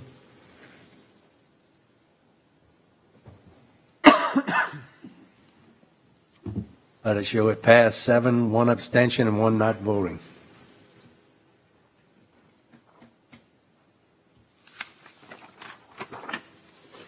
Ms. Marquette. Building permits, 7B, the Louisiana Fruit Company, Coastal Zone Management Application, CUP, number P20191172, dated March 2, 2020, to dredge canal number 2 located in Venice, Louisiana. Councilmember Konovich. I'll offer.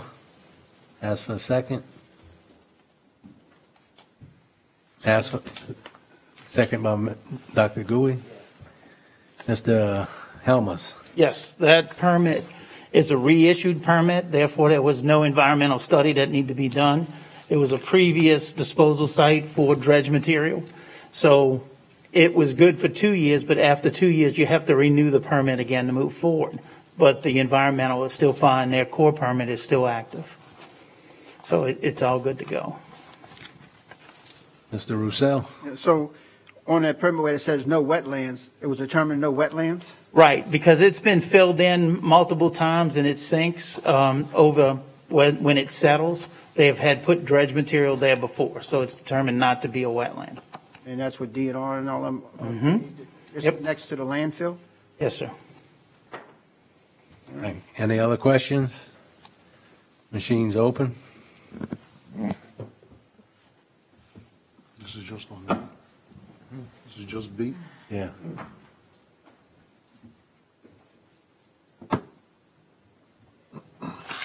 Let it show that it passes 9-0.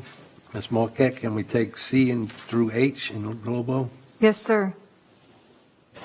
C, Stumps RV Park, Stumps Supermarket, Inc., Trailer Park Renewal 113-9, lots 1 through 16, Stump Lane, Venice, Louisiana. Councilmember Konovich. D, Morrell's Gulf Coast Park and Campground, Arthur Morrell Jr., Trailer Park Renewal 32368, Highway 23, Empire, Louisiana. Councilmember Blank. E, Redfish Factory, LLC, Anthony Randazzo, Trailer Park Renewal 37813A-D, Highway 23, Triumph, Louisiana. Councilmember Konovich. F, Gladys Trailer Park, Rovan Lee Trailer Park Renewal, Gladys Lane, Boothville, Louisiana. Councilmember Konovich. G, Kimberly's Court, LLC, Gloria Bonvillian, Trailer Park Renewal, Kimberly's Court, Triumph, Louisiana. Councilmember Konovich. H, Windmill Mobile Home Park, Rosalino, Siragusa, Trailer Park Renewal, Windmill Lane, Belle Chase, Louisiana. Councilmember Blink. I'll offer. Ask for a second. Second. Second by Mr. Alborough. Any questions? Machines open.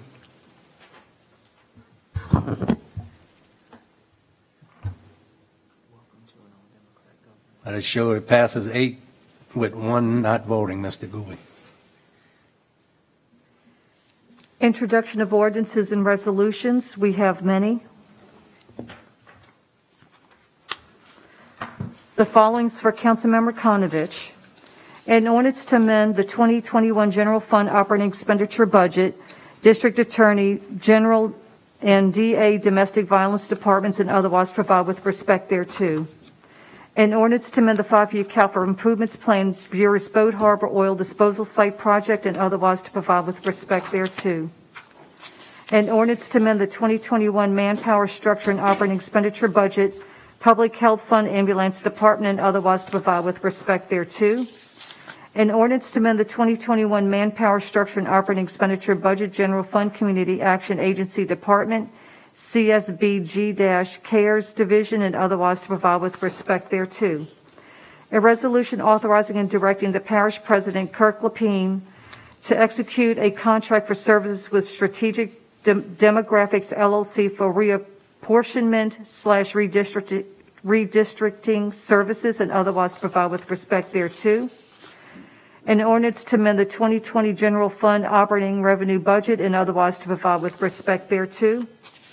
An ordinance to amend the 2021 general fund operating revenue budget and otherwise to provide with respect thereto. A resolution authorizing the parish president or his designee to negotiate, sign, execute, and enforce the attached lease agreement between Plaquemines Port Harbor and Terminal District and the Plaquemines Parish Government. These are for Councilmember Bartholomew. A resolution authorizing and directing the parish president or his designee to do all things necessary and proper to negotiate, execute, perfect, and enforce any and all documents required to apply for a community water enrichment grant of $64,500 to replace the existing above-ground 8-inch PVC support is failing waterline canal crossing in Point Lahash with 8-inch PVC line board under the canal. An ordinance to amend the 2021 general fund operating expenditure budget, Judges 25th JDC Division B and Juvenile Division Department, and the Recreation Day Vance Summer Recreation Program Department, and otherwise to provide with respect thereto. An ordinance creating an additional ferry schedule for the Belle Chase and Point Lahash ferries, and otherwise to provide with respect thereto. An ordinance to request funding of improvements needed in the Plaquemines Parish potable water system due to detrimental impacts from the planned deepening of the Mississippi River Channel to a 55-foot minimum depth by the United States Corps of Engineers and the state of Louisiana, to authorize Newell Engineering LLC to provide engineering services for the project and to appropriate funds for implementation of engineering work pursuant thereto. The following is for Councilmember Black. A resolution conditionally approving the plan of re-subdivision of a portion of Tract 5-E, Section B of the Belle Chase Plantation into Cypress Park Subdivision Phase 2, the subdivision to be constructed in two phases. Phase 2A containing lots 121 through 169 and lots 185 through 210, and Phase 2B containing lots 170 through 184 and lots 211 through 240, all without cost to Plaquemines Parish government or the parish of Plaquemines, and otherwise to provide with respect thereto. The following is for Councilmember Arborough. An ordinance to amend and as amended readopt Plaquemines Parish Code of Ordinances Section 2-17 Rules for Transaction of Business Before Council, Chapter 2, Rule 19A, and otherwise to provide with respect thereto. A resolution ordering and calling a special election to be held in the parish of Plaquemines, state of Louisiana, to amend the existing charter for local self-government of Plaquemines Parish, Louisiana, making application to the State Bond Commission in connection therewith and providing for other matters in connection therewith.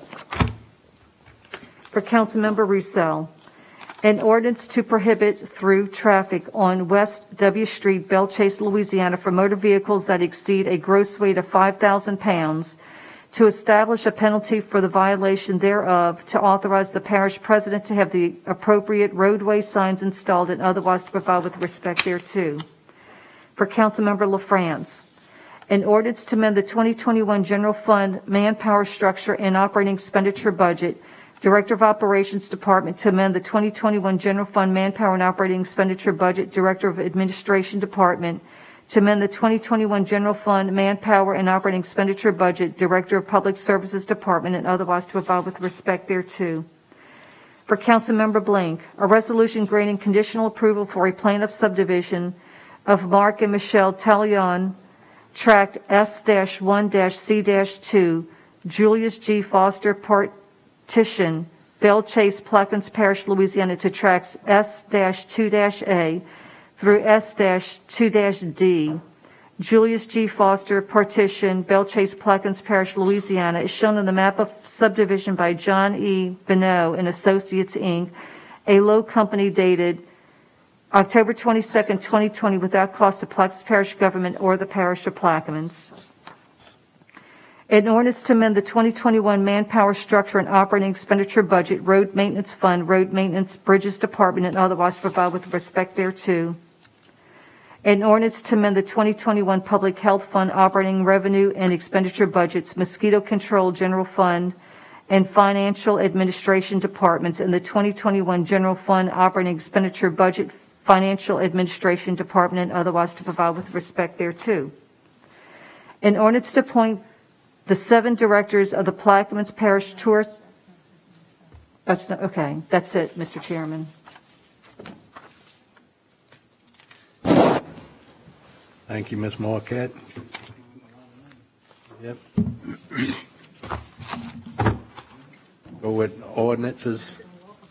I am.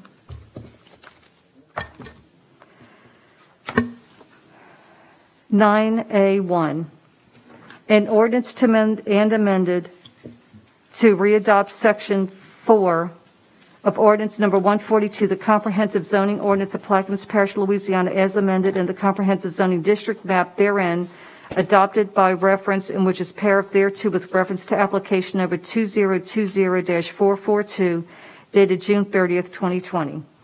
Mr. Black. Second.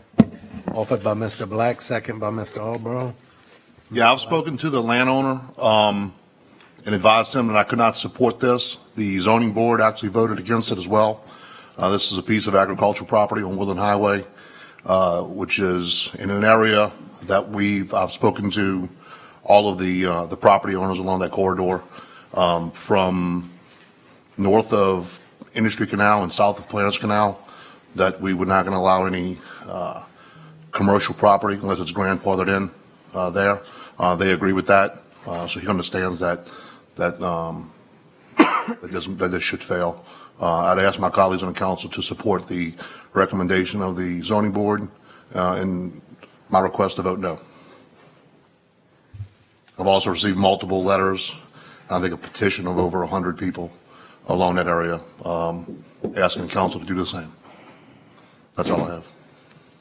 Any other questions from the board? Mr. Chairman, I do want to say that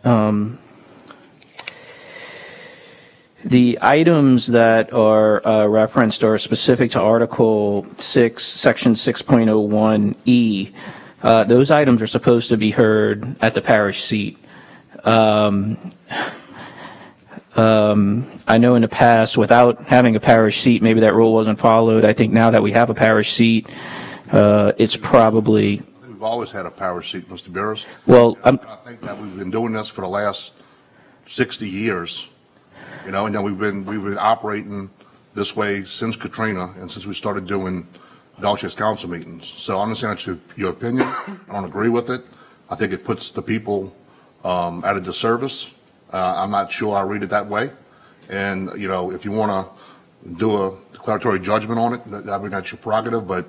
Well, it's not that I want to do a declaratory judgment on it. It's just that I think it provides a window of opportunity for people who want to challenge these actions. So, for instance, if you were to increase fees or something like that, and we didn't follow the charter, I think it would give someone a basis by which to go in the court and make an argument. Would they succeed?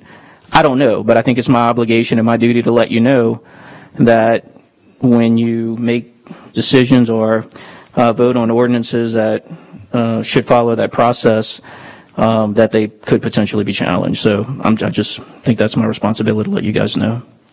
I mean, my argument would be, why do we have council meetings in Dulces then? Let's just have them all in Point Lash.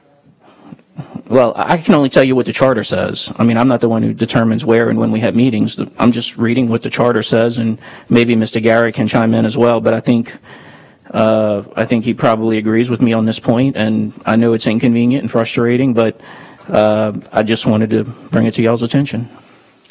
Which section of the charter you in, Mr. Beers? 6.01E.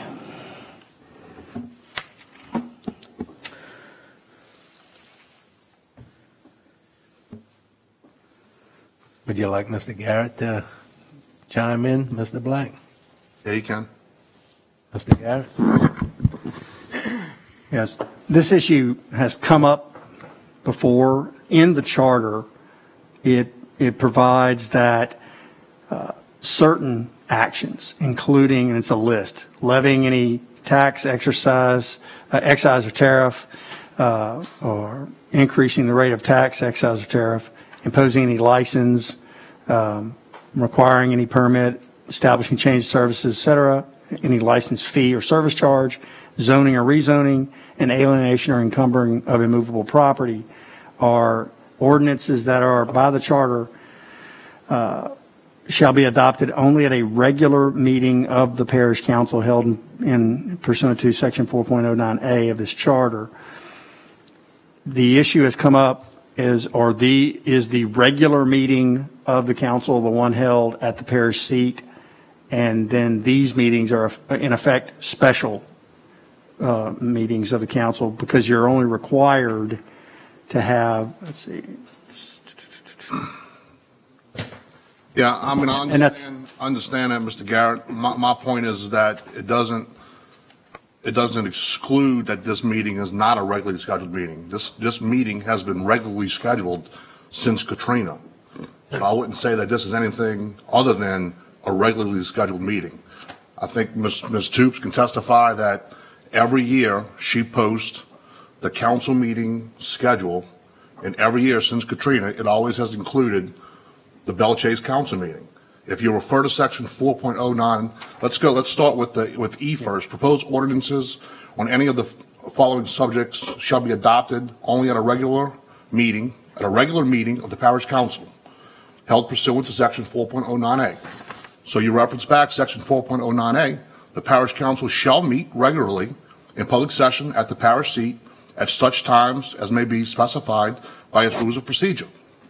It doesn't say that any other meeting outside of the parish seat is not a regularly scheduled meeting. So my interpretation is that the Belle Chase council meeting has been scheduled since Katrina regularly in Belle Chase. So I would say that the meeting in Belle Chase and the meeting at the parish seat are both regularly scheduled meetings. Because I looked at this once before, and I guess I would lend to sort of the cautious view that Mr. Burris indicated, and that is the charter requires that the council meet regularly in the parish seat. The next paragraph allows for special meetings to be held at any place or at any time that y'all so provide. There was a time when y'all were not able really to meet in the parish seat because you didn't have a facility located there. But it does create the potential that someone could make that allegation, and I think that's all Mr. Burris was trying to relate. Well, I mean, then in my opinion, if it causes an issue and somebody wants to challenge it in court, then I guess they can challenge it, and then we'll get a ruling from the district court judge on it.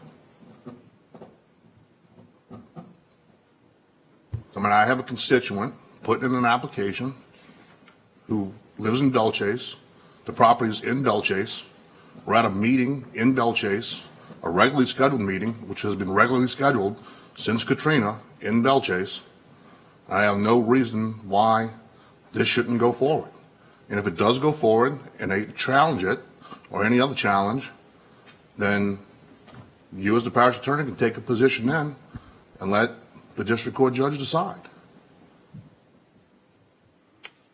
And that's in my opinion. And I think we're doing a disservice to people in this parish. We had a trailer in Davan for how many years, Mr. John? Several years. Yeah, is that the parish seat? How many things can be conducted there? I mean, so you take that position, you're going to open up a can of worms where we can retroactively. I'm not taking a position. I'm just letting you know what the charter says, and I'm just advising you guys of what it says. You can move forward however you please. I'm just letting you know what the charter says, and that's all I'm telling you. Mr. Roussel? No, I mean, I'm under the same opinion as Mr. Black. You know, now, if we get challenged, we get challenged, and we can go from there, but I'm not sure where we're going to stand with the issue itself. Can the issue itself be overturned? or just the action be overturned? Yeah, I mean, I think any action you take, if a court were to rule that these matters would have to be heard in Point Lahash, then yes, a court could overturn any decision you made because it didn't comport with the charter. It would go back to no. If they just reconsider it in Point Lahash. correct, you could reconsider it. You could reconsider it. Yeah. We wouldn't lose the vote. We'd have to just redo it in Point Lahash if we lost. Correct, but correct. But when you take an item like something that's raising fees, right? You're raising fees. 6 months from now, somebody challenges it because it didn't comport with the charter because you did it here. All of those fees would probably have to go. I don't know that a court would allow you to ratify that after the fact. I think the court would probably say you did it inappropriately, and any and all fees raised up to that point would probably have to go back, and then it would become effective when you properly adopted the ordinance in Point Lahash. So it's just, we have issues with budgets.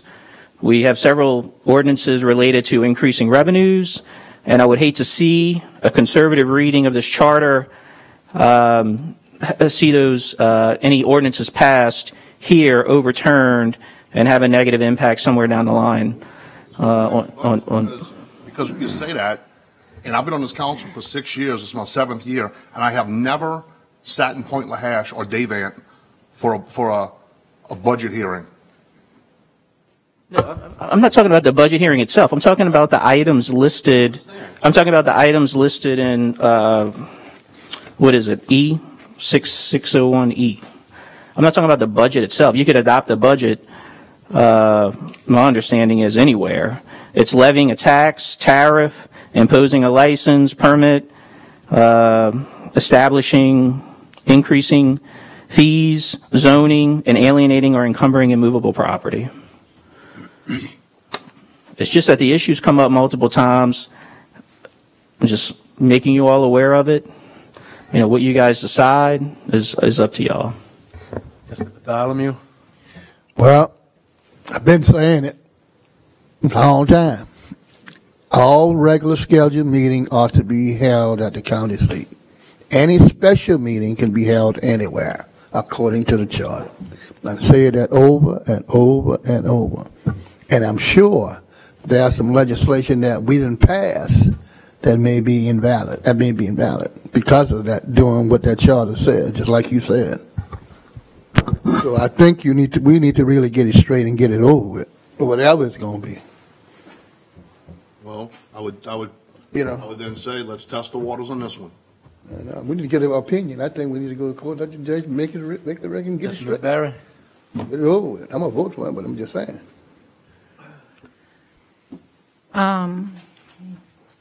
Evidently, this developer wants a zoning change. Is that correct? Yes, ma'am. Does he have a plan of action? What he wants to do if this passes? No, ma'am. That's why I'm asking you to vote no. That's all. Just yes or no. Thank you. Mr. Blink? All right. Any other questions? Administration? Audience? Mr. Black? Yeah, I would encourage you to vote no. I appreciate it. Open the machines are open. Thanks for reminding me. Right, yeah, right. There's a lot in between those two. And the ordinance fails 9-0. Thank you. Thank you. The next one's withdrawn, Ms. Marcotte, 2. Okay. Mr. Chairman, 2's withdrawn. 2's withdrawn. Number 3, an ordinance to amend and as amended readopt Chapter 15, Section 15-11 of the Code of Ordinances, usage fees for parish ferries crossing the Mississippi River and otherwise provide with respect thereto. Mr. Blink? Your offer? Offered. Offered by Mr. Blink, second by? Mr. Gouy? Mr. Blink? So it was just say that we need $300,000 to get to a more amiable budget for the ferries. This would be a way to develop some of that money by the people that use that service. Mr. Epley's coming to the mic. Do you have some more to add? Mr. Blink, we included the addition of the tolls with the budget to run the ferry in Belle Chase.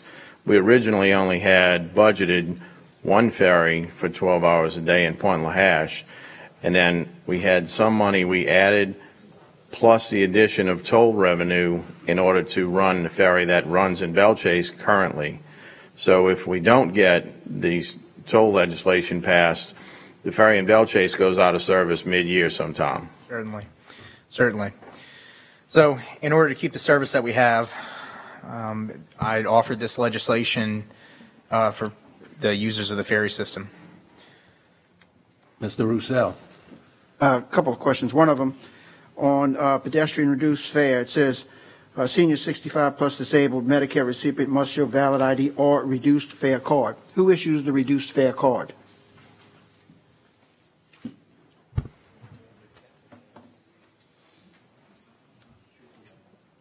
We haven't established anything about a reduced fare card. It says it in here, and I'm not going to, I remember the red stickers. No, we're not doing that. Well, it says here reduced fare card, so I don't want to pop up 6 months from now and everybody's got a reduced fare card that somebody printed somewhere. That's in the legislation. It's not something that we talked about. All right. And that can probably be changed in the legislation. Which line, Mr. Russo? Under pedestrian reduced fare, where it says reduced fare card and also in vehicle driver reduced fare. Now, having said that, those were concerns until I talked to or listened to Mr. Burris raise his issues. If there's any way that this should be done, I would, and if Rennie's halfway right, this should probably lay over till we do it at the courthouse, because this is going to involve, if we lose, paying a lot of money back, which would be a nightmare of how we pay it back. So, I agree with Mr. Black that, if we're going to go to court or we're going to test something, that didn't cost us any money. Now we're talking about something that cost us money with refunds and all if we lose. So, Rennie, I'm not saying you're right or wrong, but if you're just half right. Okay.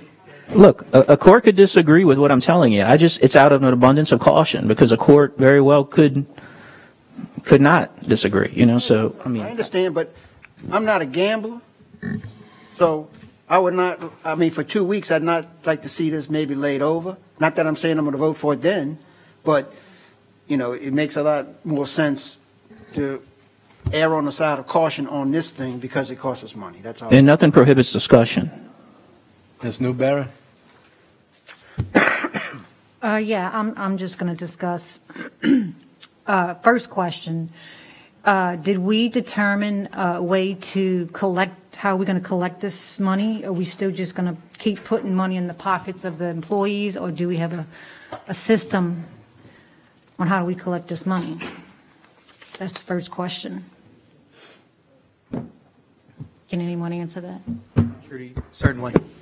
So the ordinance, as written, it says the exact cash, shall be handed to the attendant deckhand who notes the type of, whether it's a pedestrian, driver, passenger, trailer, that kind of thing.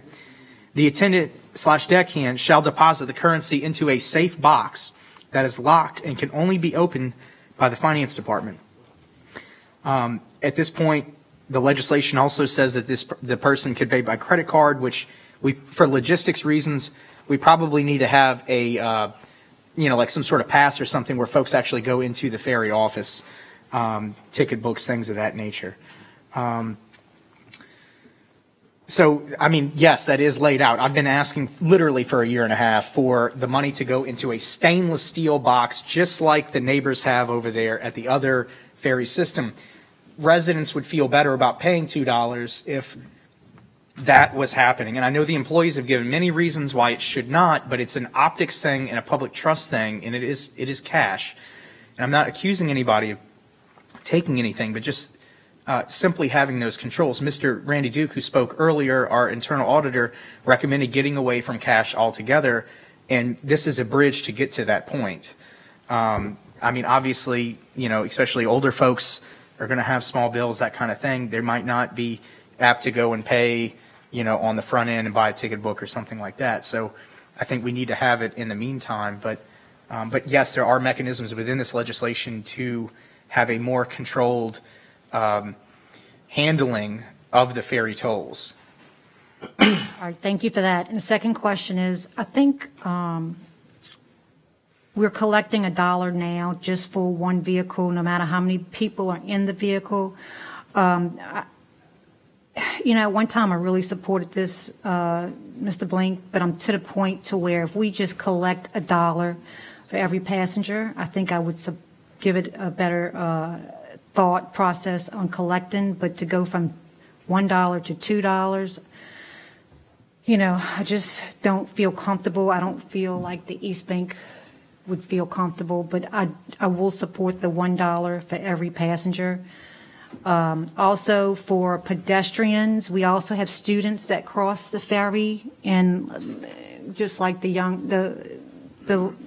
lady who said earlier, this affects the school children. Are they exempt, or would they have to pay the $2 in order to travel across the ferry to for school, any type of extracurricular at schools?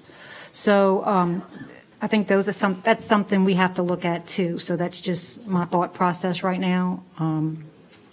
That's it. Ms. Newberry, to your point about everybody paying $1, part of the federal grants, the federal highway dollars that we get, which is, we're looking for about $3 million in the next couple of years to do the ramp replacement down there. That's all going to be grant money. In order for us to keep the grant money, it says that the fares to over 65 and handicapped and Medicare and Medicaid have to be discounted. So in order to discount, if those people are paying $1, then we have to charge everyone else more, which I believe is the purpose for the $2 fee, so we can keep the grant money that we receive. I think we can do a better. I think we can do something better than that. Have the people who are disabled maybe have buy some kind of a low fare ticket or something. Is that possible? Anything's possible. We're willing to look at all of it. Okay, thank you. Mr. Bartholomew? Yes, I can't support this legislation because of the East Bank and now economic conditions. We are already being assessed $7. The people are being assessed $7 on their water bill. Then you're going to increase the fee on the ferry by $2.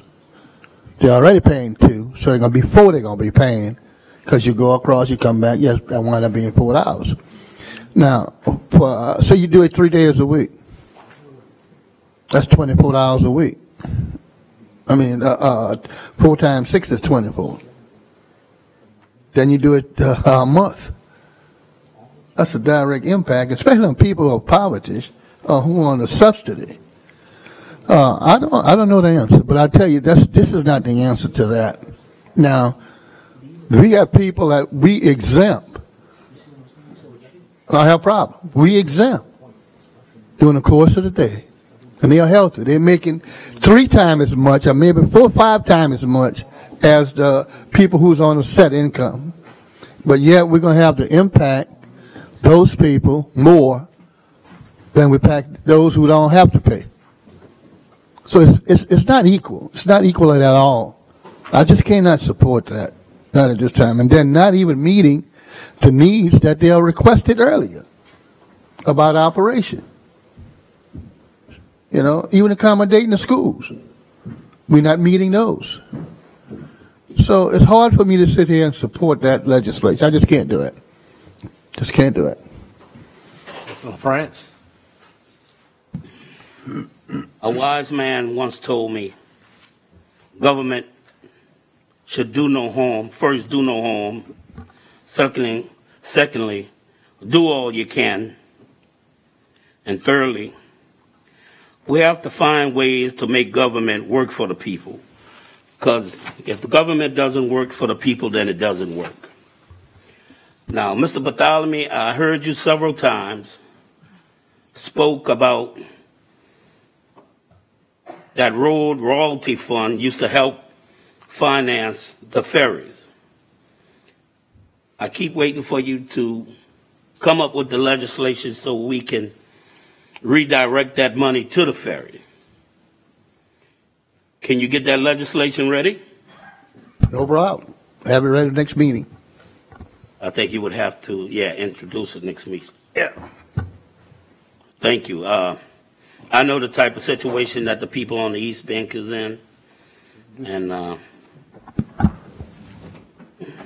I'm not going to support this either. Mr. Blank?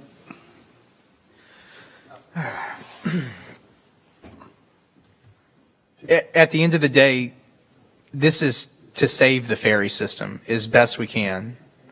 And it's coming from a place of trying to be of assistance. And the parish is in a bind.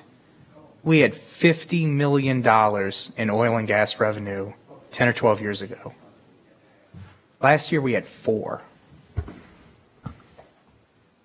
It's just math. We can't have everything that we used to, no matter how much we wish for it or pray for it or imagine that we could have it like we used to. We need to be creative, and sometimes we need to swallow what is sometimes tough medicine in order to keep living in a way that is similar to what we used to. Plaquemines Parish has a lot of challenges. Tomorrow, there are new flood maps that are being adopted. It's another nail in the coffin for the southern and the east bank of the parish. It's going to make it very difficult to build a home or put a trailer. You're going to have to be 14 or 20 feet in the air. For years, the population of Plaquemines Parish has shifted to the northwestern quadrant. 2/3 of the population of Buras is left. I imagine it's very similar for places in the East Bank. I think we need to be aware of our actual situation here and try to adapt accordingly. If anybody has any other ideas, I'm open to them. I opened this legislation, it's pretty similar to exactly what I did last summer, try and start that discussion. I haven't heard a lot of other ideas on the table, and this is a politically unpopular move. Nobody likes it. I'm going to be the bad guy or the boogeyman, and at the end of the day, it's so we could save the ferry. I just, if there's any other ideas, I'd love to hear them before we get to the table sometimes. If somebody's not happy with the fees or anybody has any other ideas, but to let the administration do what they need to do to keep the service at a somewhat acceptable and consistent level, we have to have the revenue to do it. And I think we need to be realistic. Right now, we need to say, we're just going to have one ferry. It's going to run consistent hours, 7 days a week. We cannot have it all anymore, as much as we want to. And we just need to be real about it. So, Mr. Pleen, I have time tomorrow. I don't know what your schedule's like. If you want to tie both of the boats up and get the entirety of the ferry department in this room where we can get ideas from the guys that are on the deck of the boat every single day, I will block my entire day and sit in here with them. And we will put those ideas into play and see what works, and we'll run the numbers on it. I'm open to anything at this point in time to keep the services at a level that people expect. And, this job isn't particularly easy. We get bashed a lot. Maybe we seem uncaring. And there's a lot of different subject matter to cover. And oftentimes, the outlook isn't very optimistic. I often feel as if I'm flying a plane into a crash and I'm trying to blunt the landing as much as I can. And unfortunately, that is our situation until some things change. But I'm open to any ideas. I'm open to meet about this. I will withdraw this legislation. We could rework some of this. All of the exemptions need to come out. Anybody using the courthouse need to pay to use the ferry, whether we could do that through ticket books or whatever. There needs to be no more exemptions except for what is absolutely mandated by law. There needs to be clear safeguards for the cash that is collected. I absolutely agree with that. I have it in writing here. Been asking for it for 1.5 years. I think people would feel a little bit better about talking about these kind of things. But it's not like we want to do this to be mean or uncaring or anything like that. We're just trying to keep the system functioning. I yield. Since he's withdrawing, y'all still want to comment? I'd just like to make the comment, if you don't mind, Mr. Chairman, that, you know, in the back when we still receiving the funds, which was called the road royalty funds, and that money was designated for the ferries. But for the infinite wisdom, the council didn't leave it in that objective perspective. It took it and put it in general fund. So there's nothing that was wrong with it. It was working. The money was there. So that wasn't the problem. The problem is somewhere else. So if you really want to be concerned about where we have issues, we need to look at where the deficit is coming from and address those areas where the deficit is. If we already had money in posture to support those ferries, then that means every year that money was coming. Every year, it is still coming. So why not leave it there? Now, whenever a deficit occurs in another part of the government, then we need to address that component. And not take it out, put the other money that we're getting from the ferry and general fund to supplant that, to support those areas of concern of deficit. So when we do things, we got to look at how we operate. Then we know that we definitely have a problem here because it's not functioning right. We need to step up to the plate and do what we need to do. But we don't work like that. We're always covering this and covering that, taking money from this item that's been used over the years to cover this item. Now we don't have any more surplus in oil revenues, so now we have a problem. So now we're going to put all that on the table and say the ferry needs to support itself. Government is not an organization or business to break even. To make money, I should say, to make money. But also, we the people need to step up to the plate and support issues that is needed to be done. If we do what we're supposed to do at the table. And we're not doing that. We're not doing that. We created buildings. We created a complex that I don't think it was needed. We got 20-some thousand people. We haven't grown in the last 10 years, people-wise. But yet our budget is in crisis. We're in a big-time deficit. We can't function. Why? Because we was not conservative in our efforts. Nor were we trying to make it available to the people in a very, very conservative manner. And now we had a problem. Who got to pay now? The people got to pay. And with the ferry situation, it's not the parish using it. It's mainly the people on the East Bank and those who work on the East Bank. Mainly courthouse, the prison, bulk terminal, and stuff. Hey, those are the people that uses it. And the people, of course, all the people on the East Bank use the ferries because of a necessity in life. And I assure you, whenever we start increasing that money and charging those people, you have serious problems. Serious problems. Because just like I said earlier, we imposed the $7. Now we're going to impose $4 more. So 7 and 4 is 11. Figure that out. That's all, Mr. Chairman. Thank you. Mr. LaFrance? You know, the big elephant in the room is that deficit that we pay $8 and $9 million a year, but you don't never hear no one say anything about it.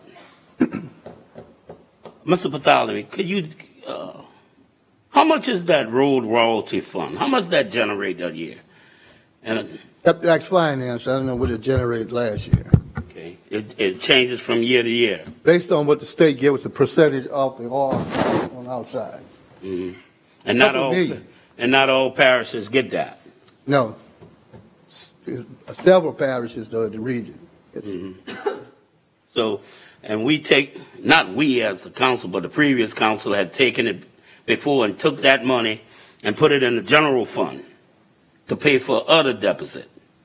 the state had approved the parishes to do that, Mhm. to take it and put it wherever they see fit. Mhm. But Before it was always was used for the ferry. used for highway. So the connection from east to west is highway. Mhm. So 23 to 39 to 23, 15 to 23. That's considered a connection of highways, and that's how it is being used. And at the next council meeting, you're going to introduce the legislation. Yes, sir. At your request. Thank you, Mr. Carroll. Ms. Marquette. Number 4, an ordinance to amend and is amended to readopt the Plaquemines Parish Code of Ordinances relative to parish-run youth sports program registration fees and otherwise to provide with respect thereto. Withdrawn. Number 5, an ordinance approving a plan of re-subdivision of the property of J. Circovich LLC located in Section B of Belchase Plantation, Section 9, Township 14 South, Range 25 East, Southern Land District of Louisiana, west of the Mississippi River in Plaquemines Parish, Louisiana, is shown on a map of re-subdivision of lots 8, 20, and half of lots 9 and 19 into lots 8A, 9A, 9B, 9C, and 9D. Property of J. Circovich LLC by Tilden J. Dufresne Jr. PLS of Dufresne Surveying and Engineering, Inc., dated September 23, 2020. The owner having fulfilled all the requirements of the subdivision and re-subdivision ordinance of the parish of Plaquemines without cost of the Plaquemines Parish government or the parish of Plaquemines. Offer. Offered by Mr. Black, second by Mr. Albrough. Basically a 45-acre piece of property off of Main Street being re-subdivided into 5 parcels. Mr. Roussel. Yeah, one question is sort of noting here from Infomark, said that there's a water available, and if they want to put a fire line in, they can put it in down between the lots. Do they have intentions of putting in the fire line, Mr. Circovich? Can you come up to the mic, state your name and address for the record?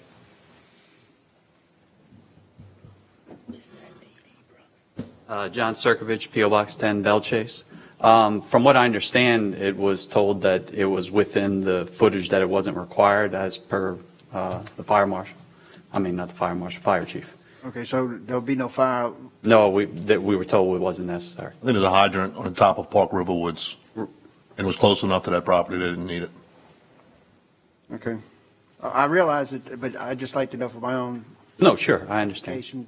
When firemen come back and have to put it out, and they're going to complain about having to haul a hose down 4 acres to get to the back, you know, they say, where's the fire hydrant? From what I understand, they based it upon the footage away from, the rear lot. All right. Thank you. Thank you.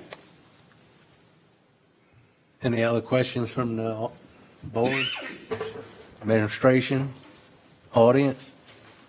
She's open.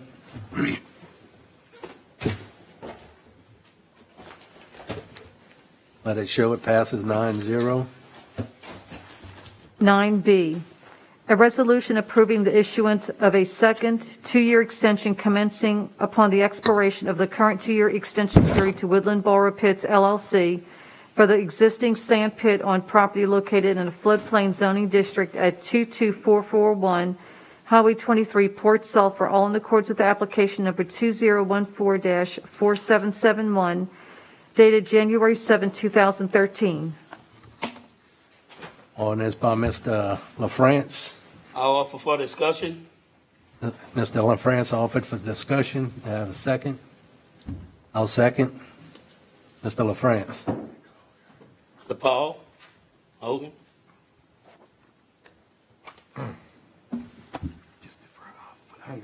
Good evening, council members. I'm Paul Hogan, 222 Down the Bayou Road, the Zalmas, here representing Woodland Bar Pits. I'm here today with respect to the 2-year extension to permit 2014-4771 for the Woodland South Bar Pit. The permit was issued on February 26, 2014, with a duration of 5 years as provided for in the Bar Pit Ordinance. Prior to a sand pit permit expiration, the Bar Pit Ordinance provides for formality whereby the council grants a 2-year extension upon it being requested, with no limit to the number of 2-year extensions that can be requested. Woodland Bar Pit received its first 2-year extension when the council took up Resolution 2018-1 2022-334 on November 8th, 2018. With that, the expiration date for the permit became February 26, 2021. In accordance with the provision of the Bar Pit Ordinance, Woodland Bar Pit submitted for its second 2-year extension, which is in front of you today, following it being deferred at the last council meeting. I watched the video at the last meeting where I saw a couple of questions that were asked, to which I will respond to today. It was questioned as to whether or not any activities related to the sand pit crosses property which has ownership dispute. There are no ownership issues regarding the area upon which the sand pit operation is located. It was questioned as to whether or not this was going to affect the appraised value of the property. The existence of the sand pit has no effect whatsoever on the appraised value of the property upon which it is located. With that, I'm available to answer any questions that y'all may have. Yes, I have. How many pits do y'all currently own in the parish? There's one sand pit and 2 bar pits. Are the 2 in Narren y'all's too? No. All we have is the one in by Myrtle Grove, which is the North Borough Pit, and we have one in West Point on Lahash, which is the South Borough Pit, and across the street is the South Sand Pit. Thank you. Mr. Roussel? Yeah, on the, was there a gap in there between 2014 and 2016 where the permit was not renewed? No. The permit was always in existence. Okay. And y'all are all up to date with y'all permits and y'all fees? Yes, sir. Everything's up to date and current. Do you know how much sand y'all planning on pumping in that pit? The pit can probably hold about 400,000 cubic yards of sand if it was completely filled. Right now, we have no intention of filling it at this time, not until a need arises for the sand. You finished, Mr. Roussel? Yeah, just one thing though, for the purposes of the port's interest, the pit was appraised? No. No value was assigned to that sand pit operation. It was strictly the property. It was excluded from the appraisal? That's correct. The appraisal is strictly land. When you say strictly land, what do you mean? The ground itself, not any improvements or anything situated upon it, or any operations on it. I have to go back and read that appraisal. I know that they didn't appraise the holes. That was excluded from the appraisal. That's correct. But the value of the pit was appraised. No, sir. Okay, I'll go back and read it. No, sir. Yep. Mr. Blank? Sure. Rennie, I believe I've asked in the past, there's a mineral royalty associated with mining sand from the river per cubic yard. Did you ever find that information? I'm going to be very honest. It's the first time I've heard you make that request. I apologize. I think I've actually asked here at the Diaz. When though? But anyway, we'll discuss it later on. If I could, the royalty is a 29-cent royalty that's paid to the Louisiana Department of Wildlife and Fisheries for every cubic yard that's dredged out of the river. Perfect. Thank you very much. Any other comments? Yeah, is that, just out of curiosity, is that sand pit, when y'all fill it in, is that to use on levees or is that something different? It's to use for any commercial purposes. Some for levee, any project that comes around that will have a need for it. But I think the real answer is you don't put sand on the levees, do you? No. Sometimes some of the levee projects come out where they'll have a sand, like if there's a canal that needs to be filled, the Corps may design it where you fill the canal in with sand and then build the levee on top of it. So there's no telling, there could be a project coming out with that. We have no idea. Any other questions from the board, administration, audience? Mr. LaFrance? I so offer. LaFrance offers. I'll second. Machine's open. And it passes 8. Thank you, gentlemen. Y'all have a good evening. Mr. Konovich, Mr. Chairman. Yes, sir. While we're on this subject, I would like for you to establish the Borough Pit Committee back again. All right. Hope you have a good time. Ms. Moore. 9C, a resolution authorizing and directing the parish president or his designee to do all things necessary and proper to negotiate, execute, perfect, and enforce any and all documents required to apply for a community water enrichment grant of $64,500 to replace the existing above-ground 12-inch PVC waterline canal crossing at Engineers Road with 12-inch PVC line bored under the canal. Mr. Roussel. I'll offer. Mr. Roussel offers a second. Second. Second by Mr. LaFrance. Mr. Yes. Roussel. What this is a 350-foot, 12-inch HDPE pipe water line that'll be bored underneath the canal by the pump station back there on Peters Road. And I guess the administration applied for the grant, and I appreciate that. You want to make some comments on it? Yeah, Mr. Dugas said he spoke with you about this particular project, that this water line project is actually going to be done through the Peters Road Bridge project, and it's not one that we have to come up with money to pay for. So we don't need this resolution? That's correct. Well, I withdraw it. Withdrawing. Ms. You're going to Marquette. take the grant, move it somewhere else? I was going to ask that. Yes, sir, to a water line crossing at the Point LaHash Marina. There's Mr. Bartholomew. I want to let him know that we're sending some West Bank money to the East Bank, and he left already. He left. He's on his way to catch the ferries. Send it down the road then. Yeah, well, I want him to understand that we sent some money from the West Bank to the East Bank. Ms. Marquette. 9E, is this deferred? Deferred. Yes. 9F, a resolution providing for the canvass, do you want me to read it? For the canvassing of returns and declaring the results of the special election held in the parish of Plaquemine, state of Louisiana, on Saturday, December 5th, 2020, to authorize the levy of a special tax therein.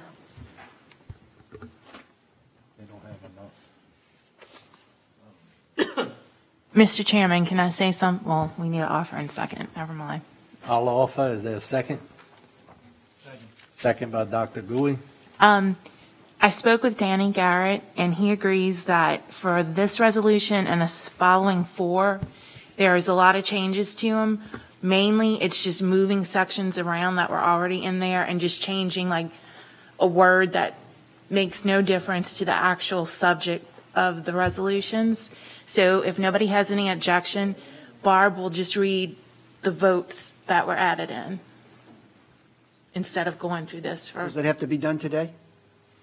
I believe so.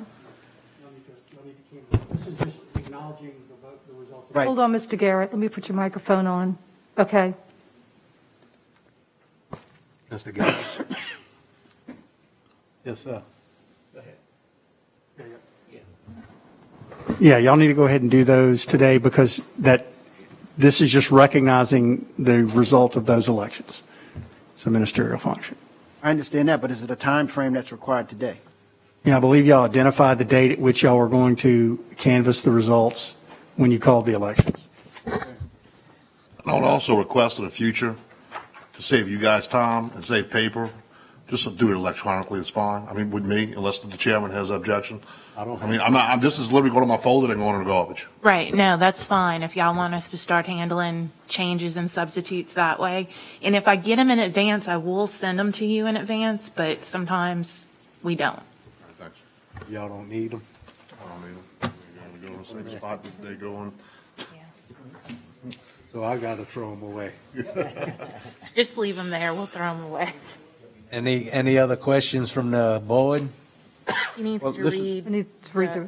Yeah. Okay, in section 2, election results. According to the official certified tabulation of votes cast at said election, there was a total of 2,266 votes cast in favor of the proposition and a total of 2,612 votes cast against the proposition, resulting in a majority of 346 votes cast against the proposition. The proposition was therefore duly defeated by a majority of the votes cast by the qualified electors voting at the election. Any questions? You offered?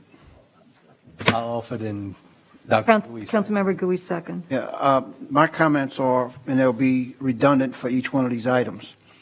Since these millages have gone down and the revenue is not going to be available, are we going to start addressing the budget like in the next few weeks about how we're going to survive the year and as well as enter to the next year? And I don't know what was introduced today, but I heard a lot of introductions. I don't know if those introductions are costing us money or saving us money, but I'm of the position that a hiring freeze should at least be put in place.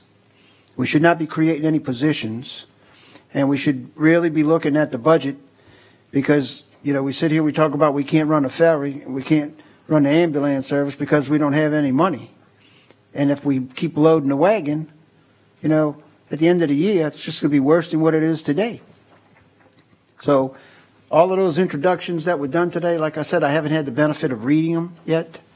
But if they're costing us money, I would ask the administration to start having some meetings with the finance department and members of this body that are interested in discussing where we're headed. Because we definitely shouldn't be adding any more expenses on this budget. Mr. Russo, I agree with you. I don't know what the introductions are also, so I want to examine, but we'll be glad to sit down and try to facilitate a meeting. So all of those introductions didn't come from the administration? It didn't come from us. Oh, okay. I think I heard this song before. Yeah.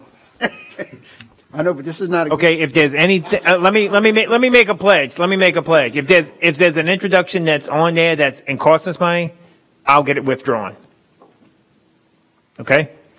If it came from us and it's costing us money, I'll have it withdrawn. Okay, I mean, I hope we can all get on the same page. Make sure that we don't, look, you know the budget as well as we all do. Absolutely, Mr. Russo. I gave you a balanced budget. You said it was a great budget. I remember. Let me say this, Now, Mr. don't Lapine. pat him on the back too much. But let me say this, Mr. Lapine. My biggest mistake was not moving forward with adopting it as you were presented. That was my biggest mistake here. Thank you. Mr. Blink?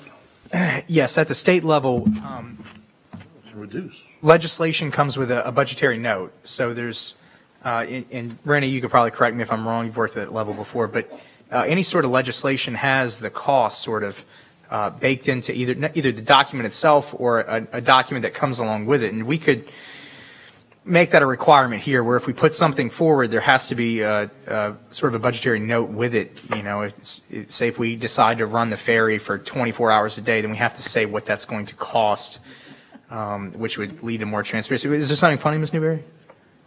Date night. Date night. Got it. Got it. All right. That's it, Mr. Blink. Date night for me. I yield. Any other questions from the board, administration, the audience? I'm not home. Yes, ma'am. I have a question from the audience.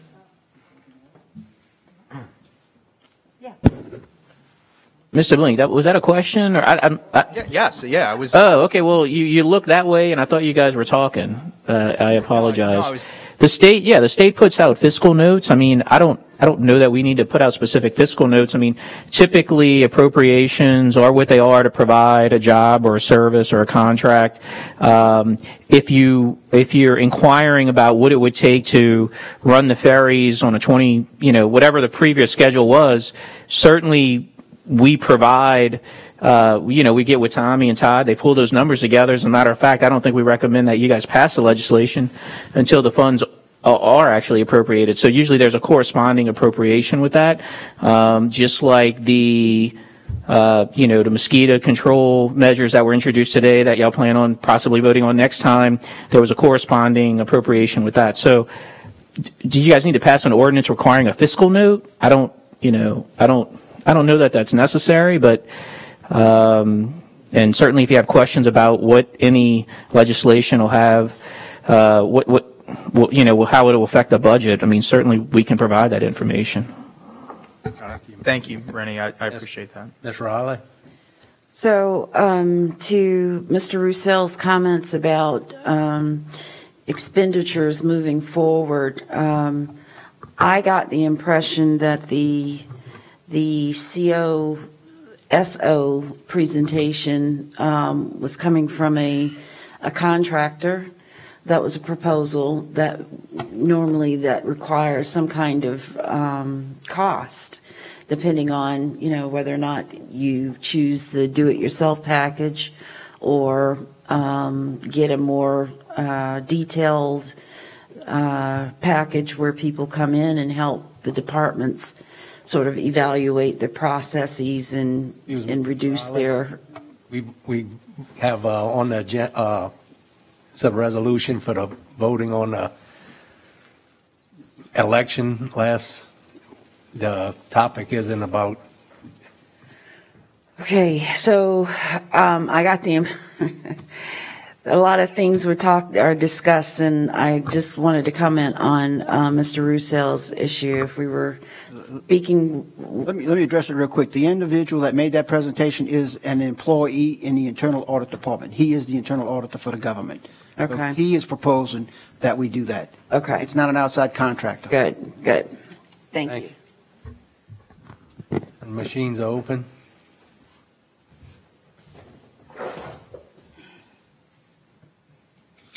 And it passed 8-0. G, a resolution providing for canvassing the returns and declaring the results of the special election held in the Parish of Plaquemines, State of Louisiana on Saturday, December 5th, 2020, to authorize the levy of a special tax therein. I'll ask for a second. Second by Dr. Gouy.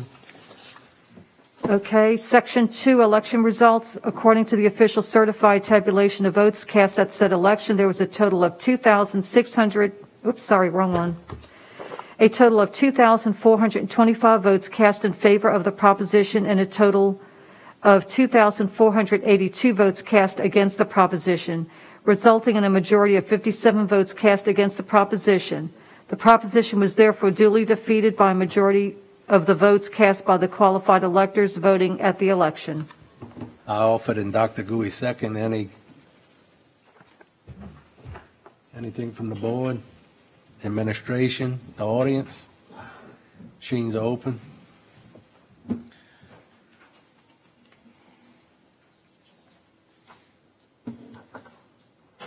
No, it passes 8 with 1 absent.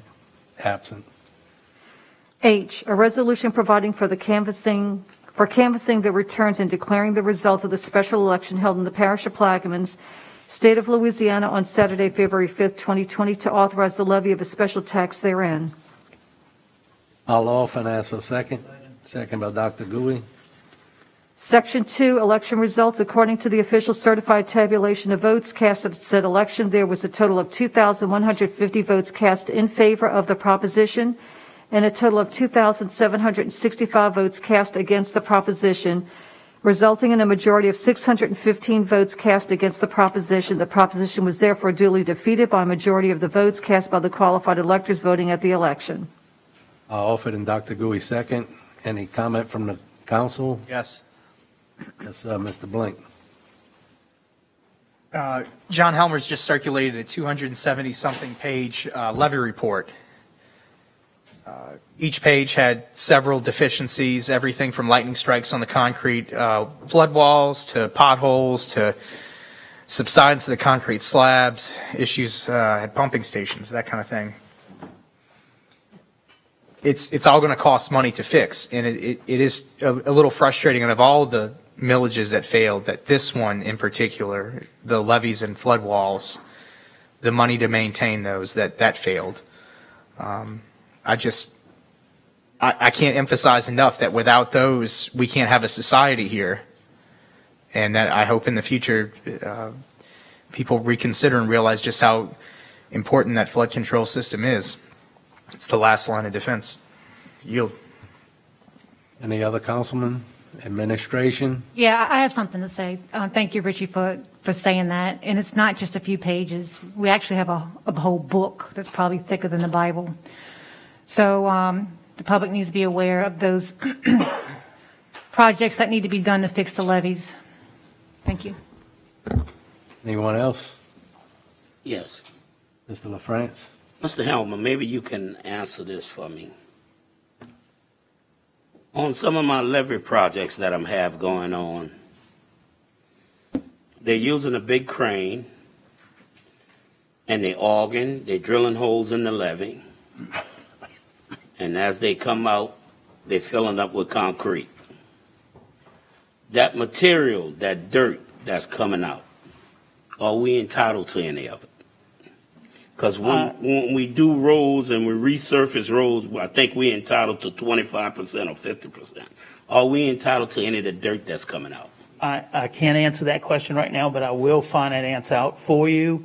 I know that they're doing a soil mix as they're boring down on the levees. I attended a Corps meeting down there just the other day, and what they do is they drill down hundreds of feet and they mix that soil to provide that base and support it with the cement as they're going down in certain areas.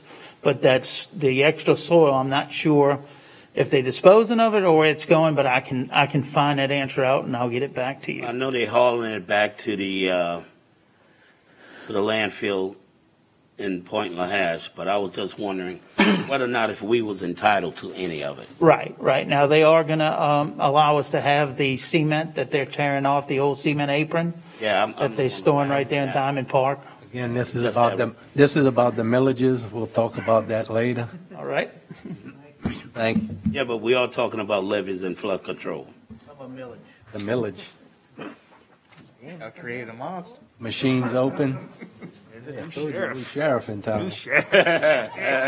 That pass 8-0, one absent.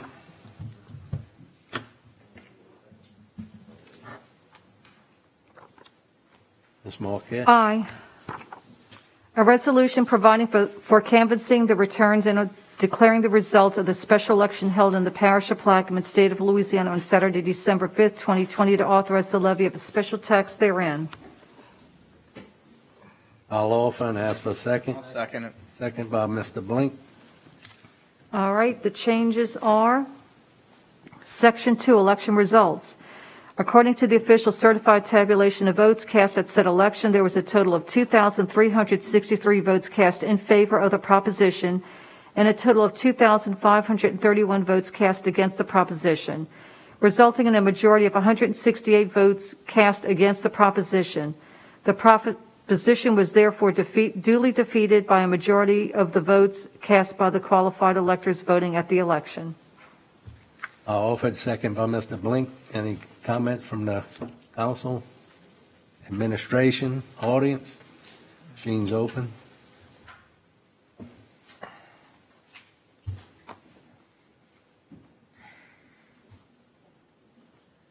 And it passed 8-0, one absent.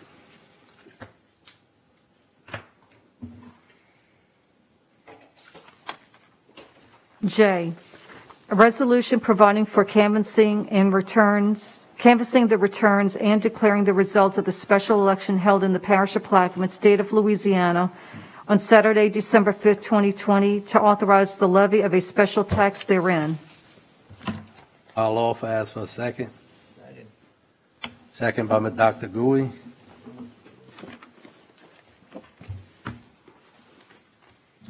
Ms. Marquette. Section 2, election results. According to the official certified tabulation of votes cast at said election, there was a total of 2,044 votes cast in favor of the proposition and a total of 2,850 votes cast against the proposition, resulting in a majority of 806 votes cast against the proposition. The proposition was therefore duly defeated by a majority of the votes cast by the qualified electors voting at the election. I'll offer Dr. Gui second. Any comment from the council, administration, audience? Machines open.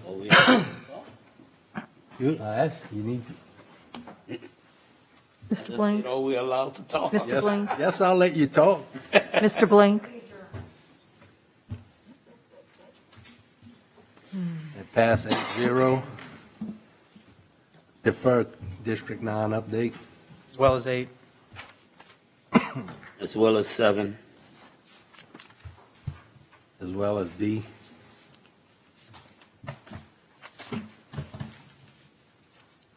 F. I prefer F1, but I have a handout for F2.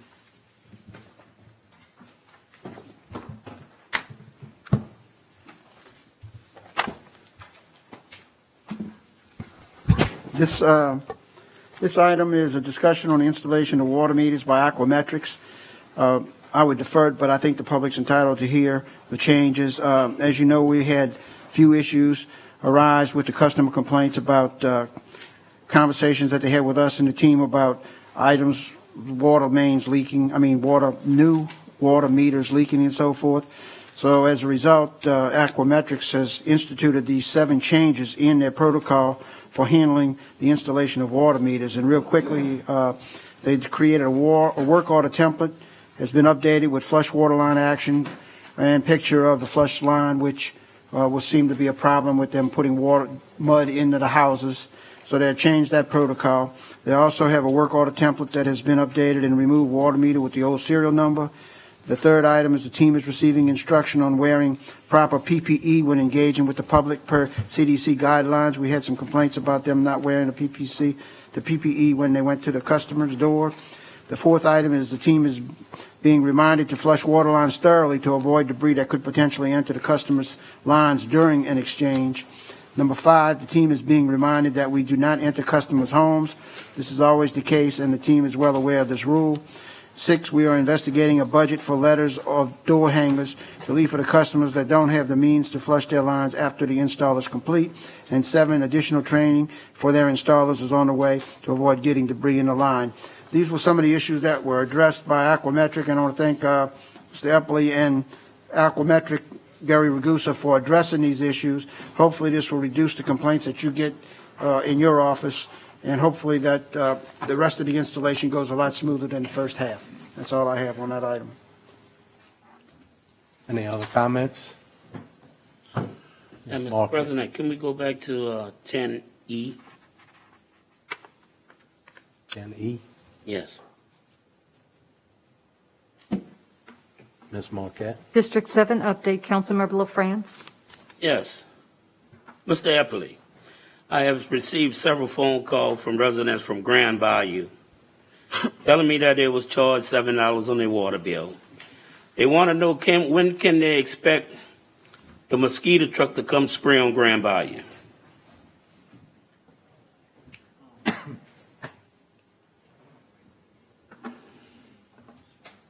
Mr. LaFrance, I don't think they'll see the mosquito truck on Grand Bayou. I don't think so either. And we don't have a mosquito boat, but we do have a mosquito plane. Mm-hmm. So the mosquito plane can probably spray Grand Bayou.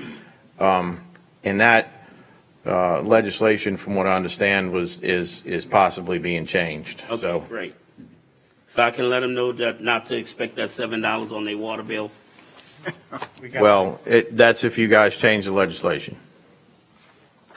Mr. Blank? Oh, I said we're going to. Okay.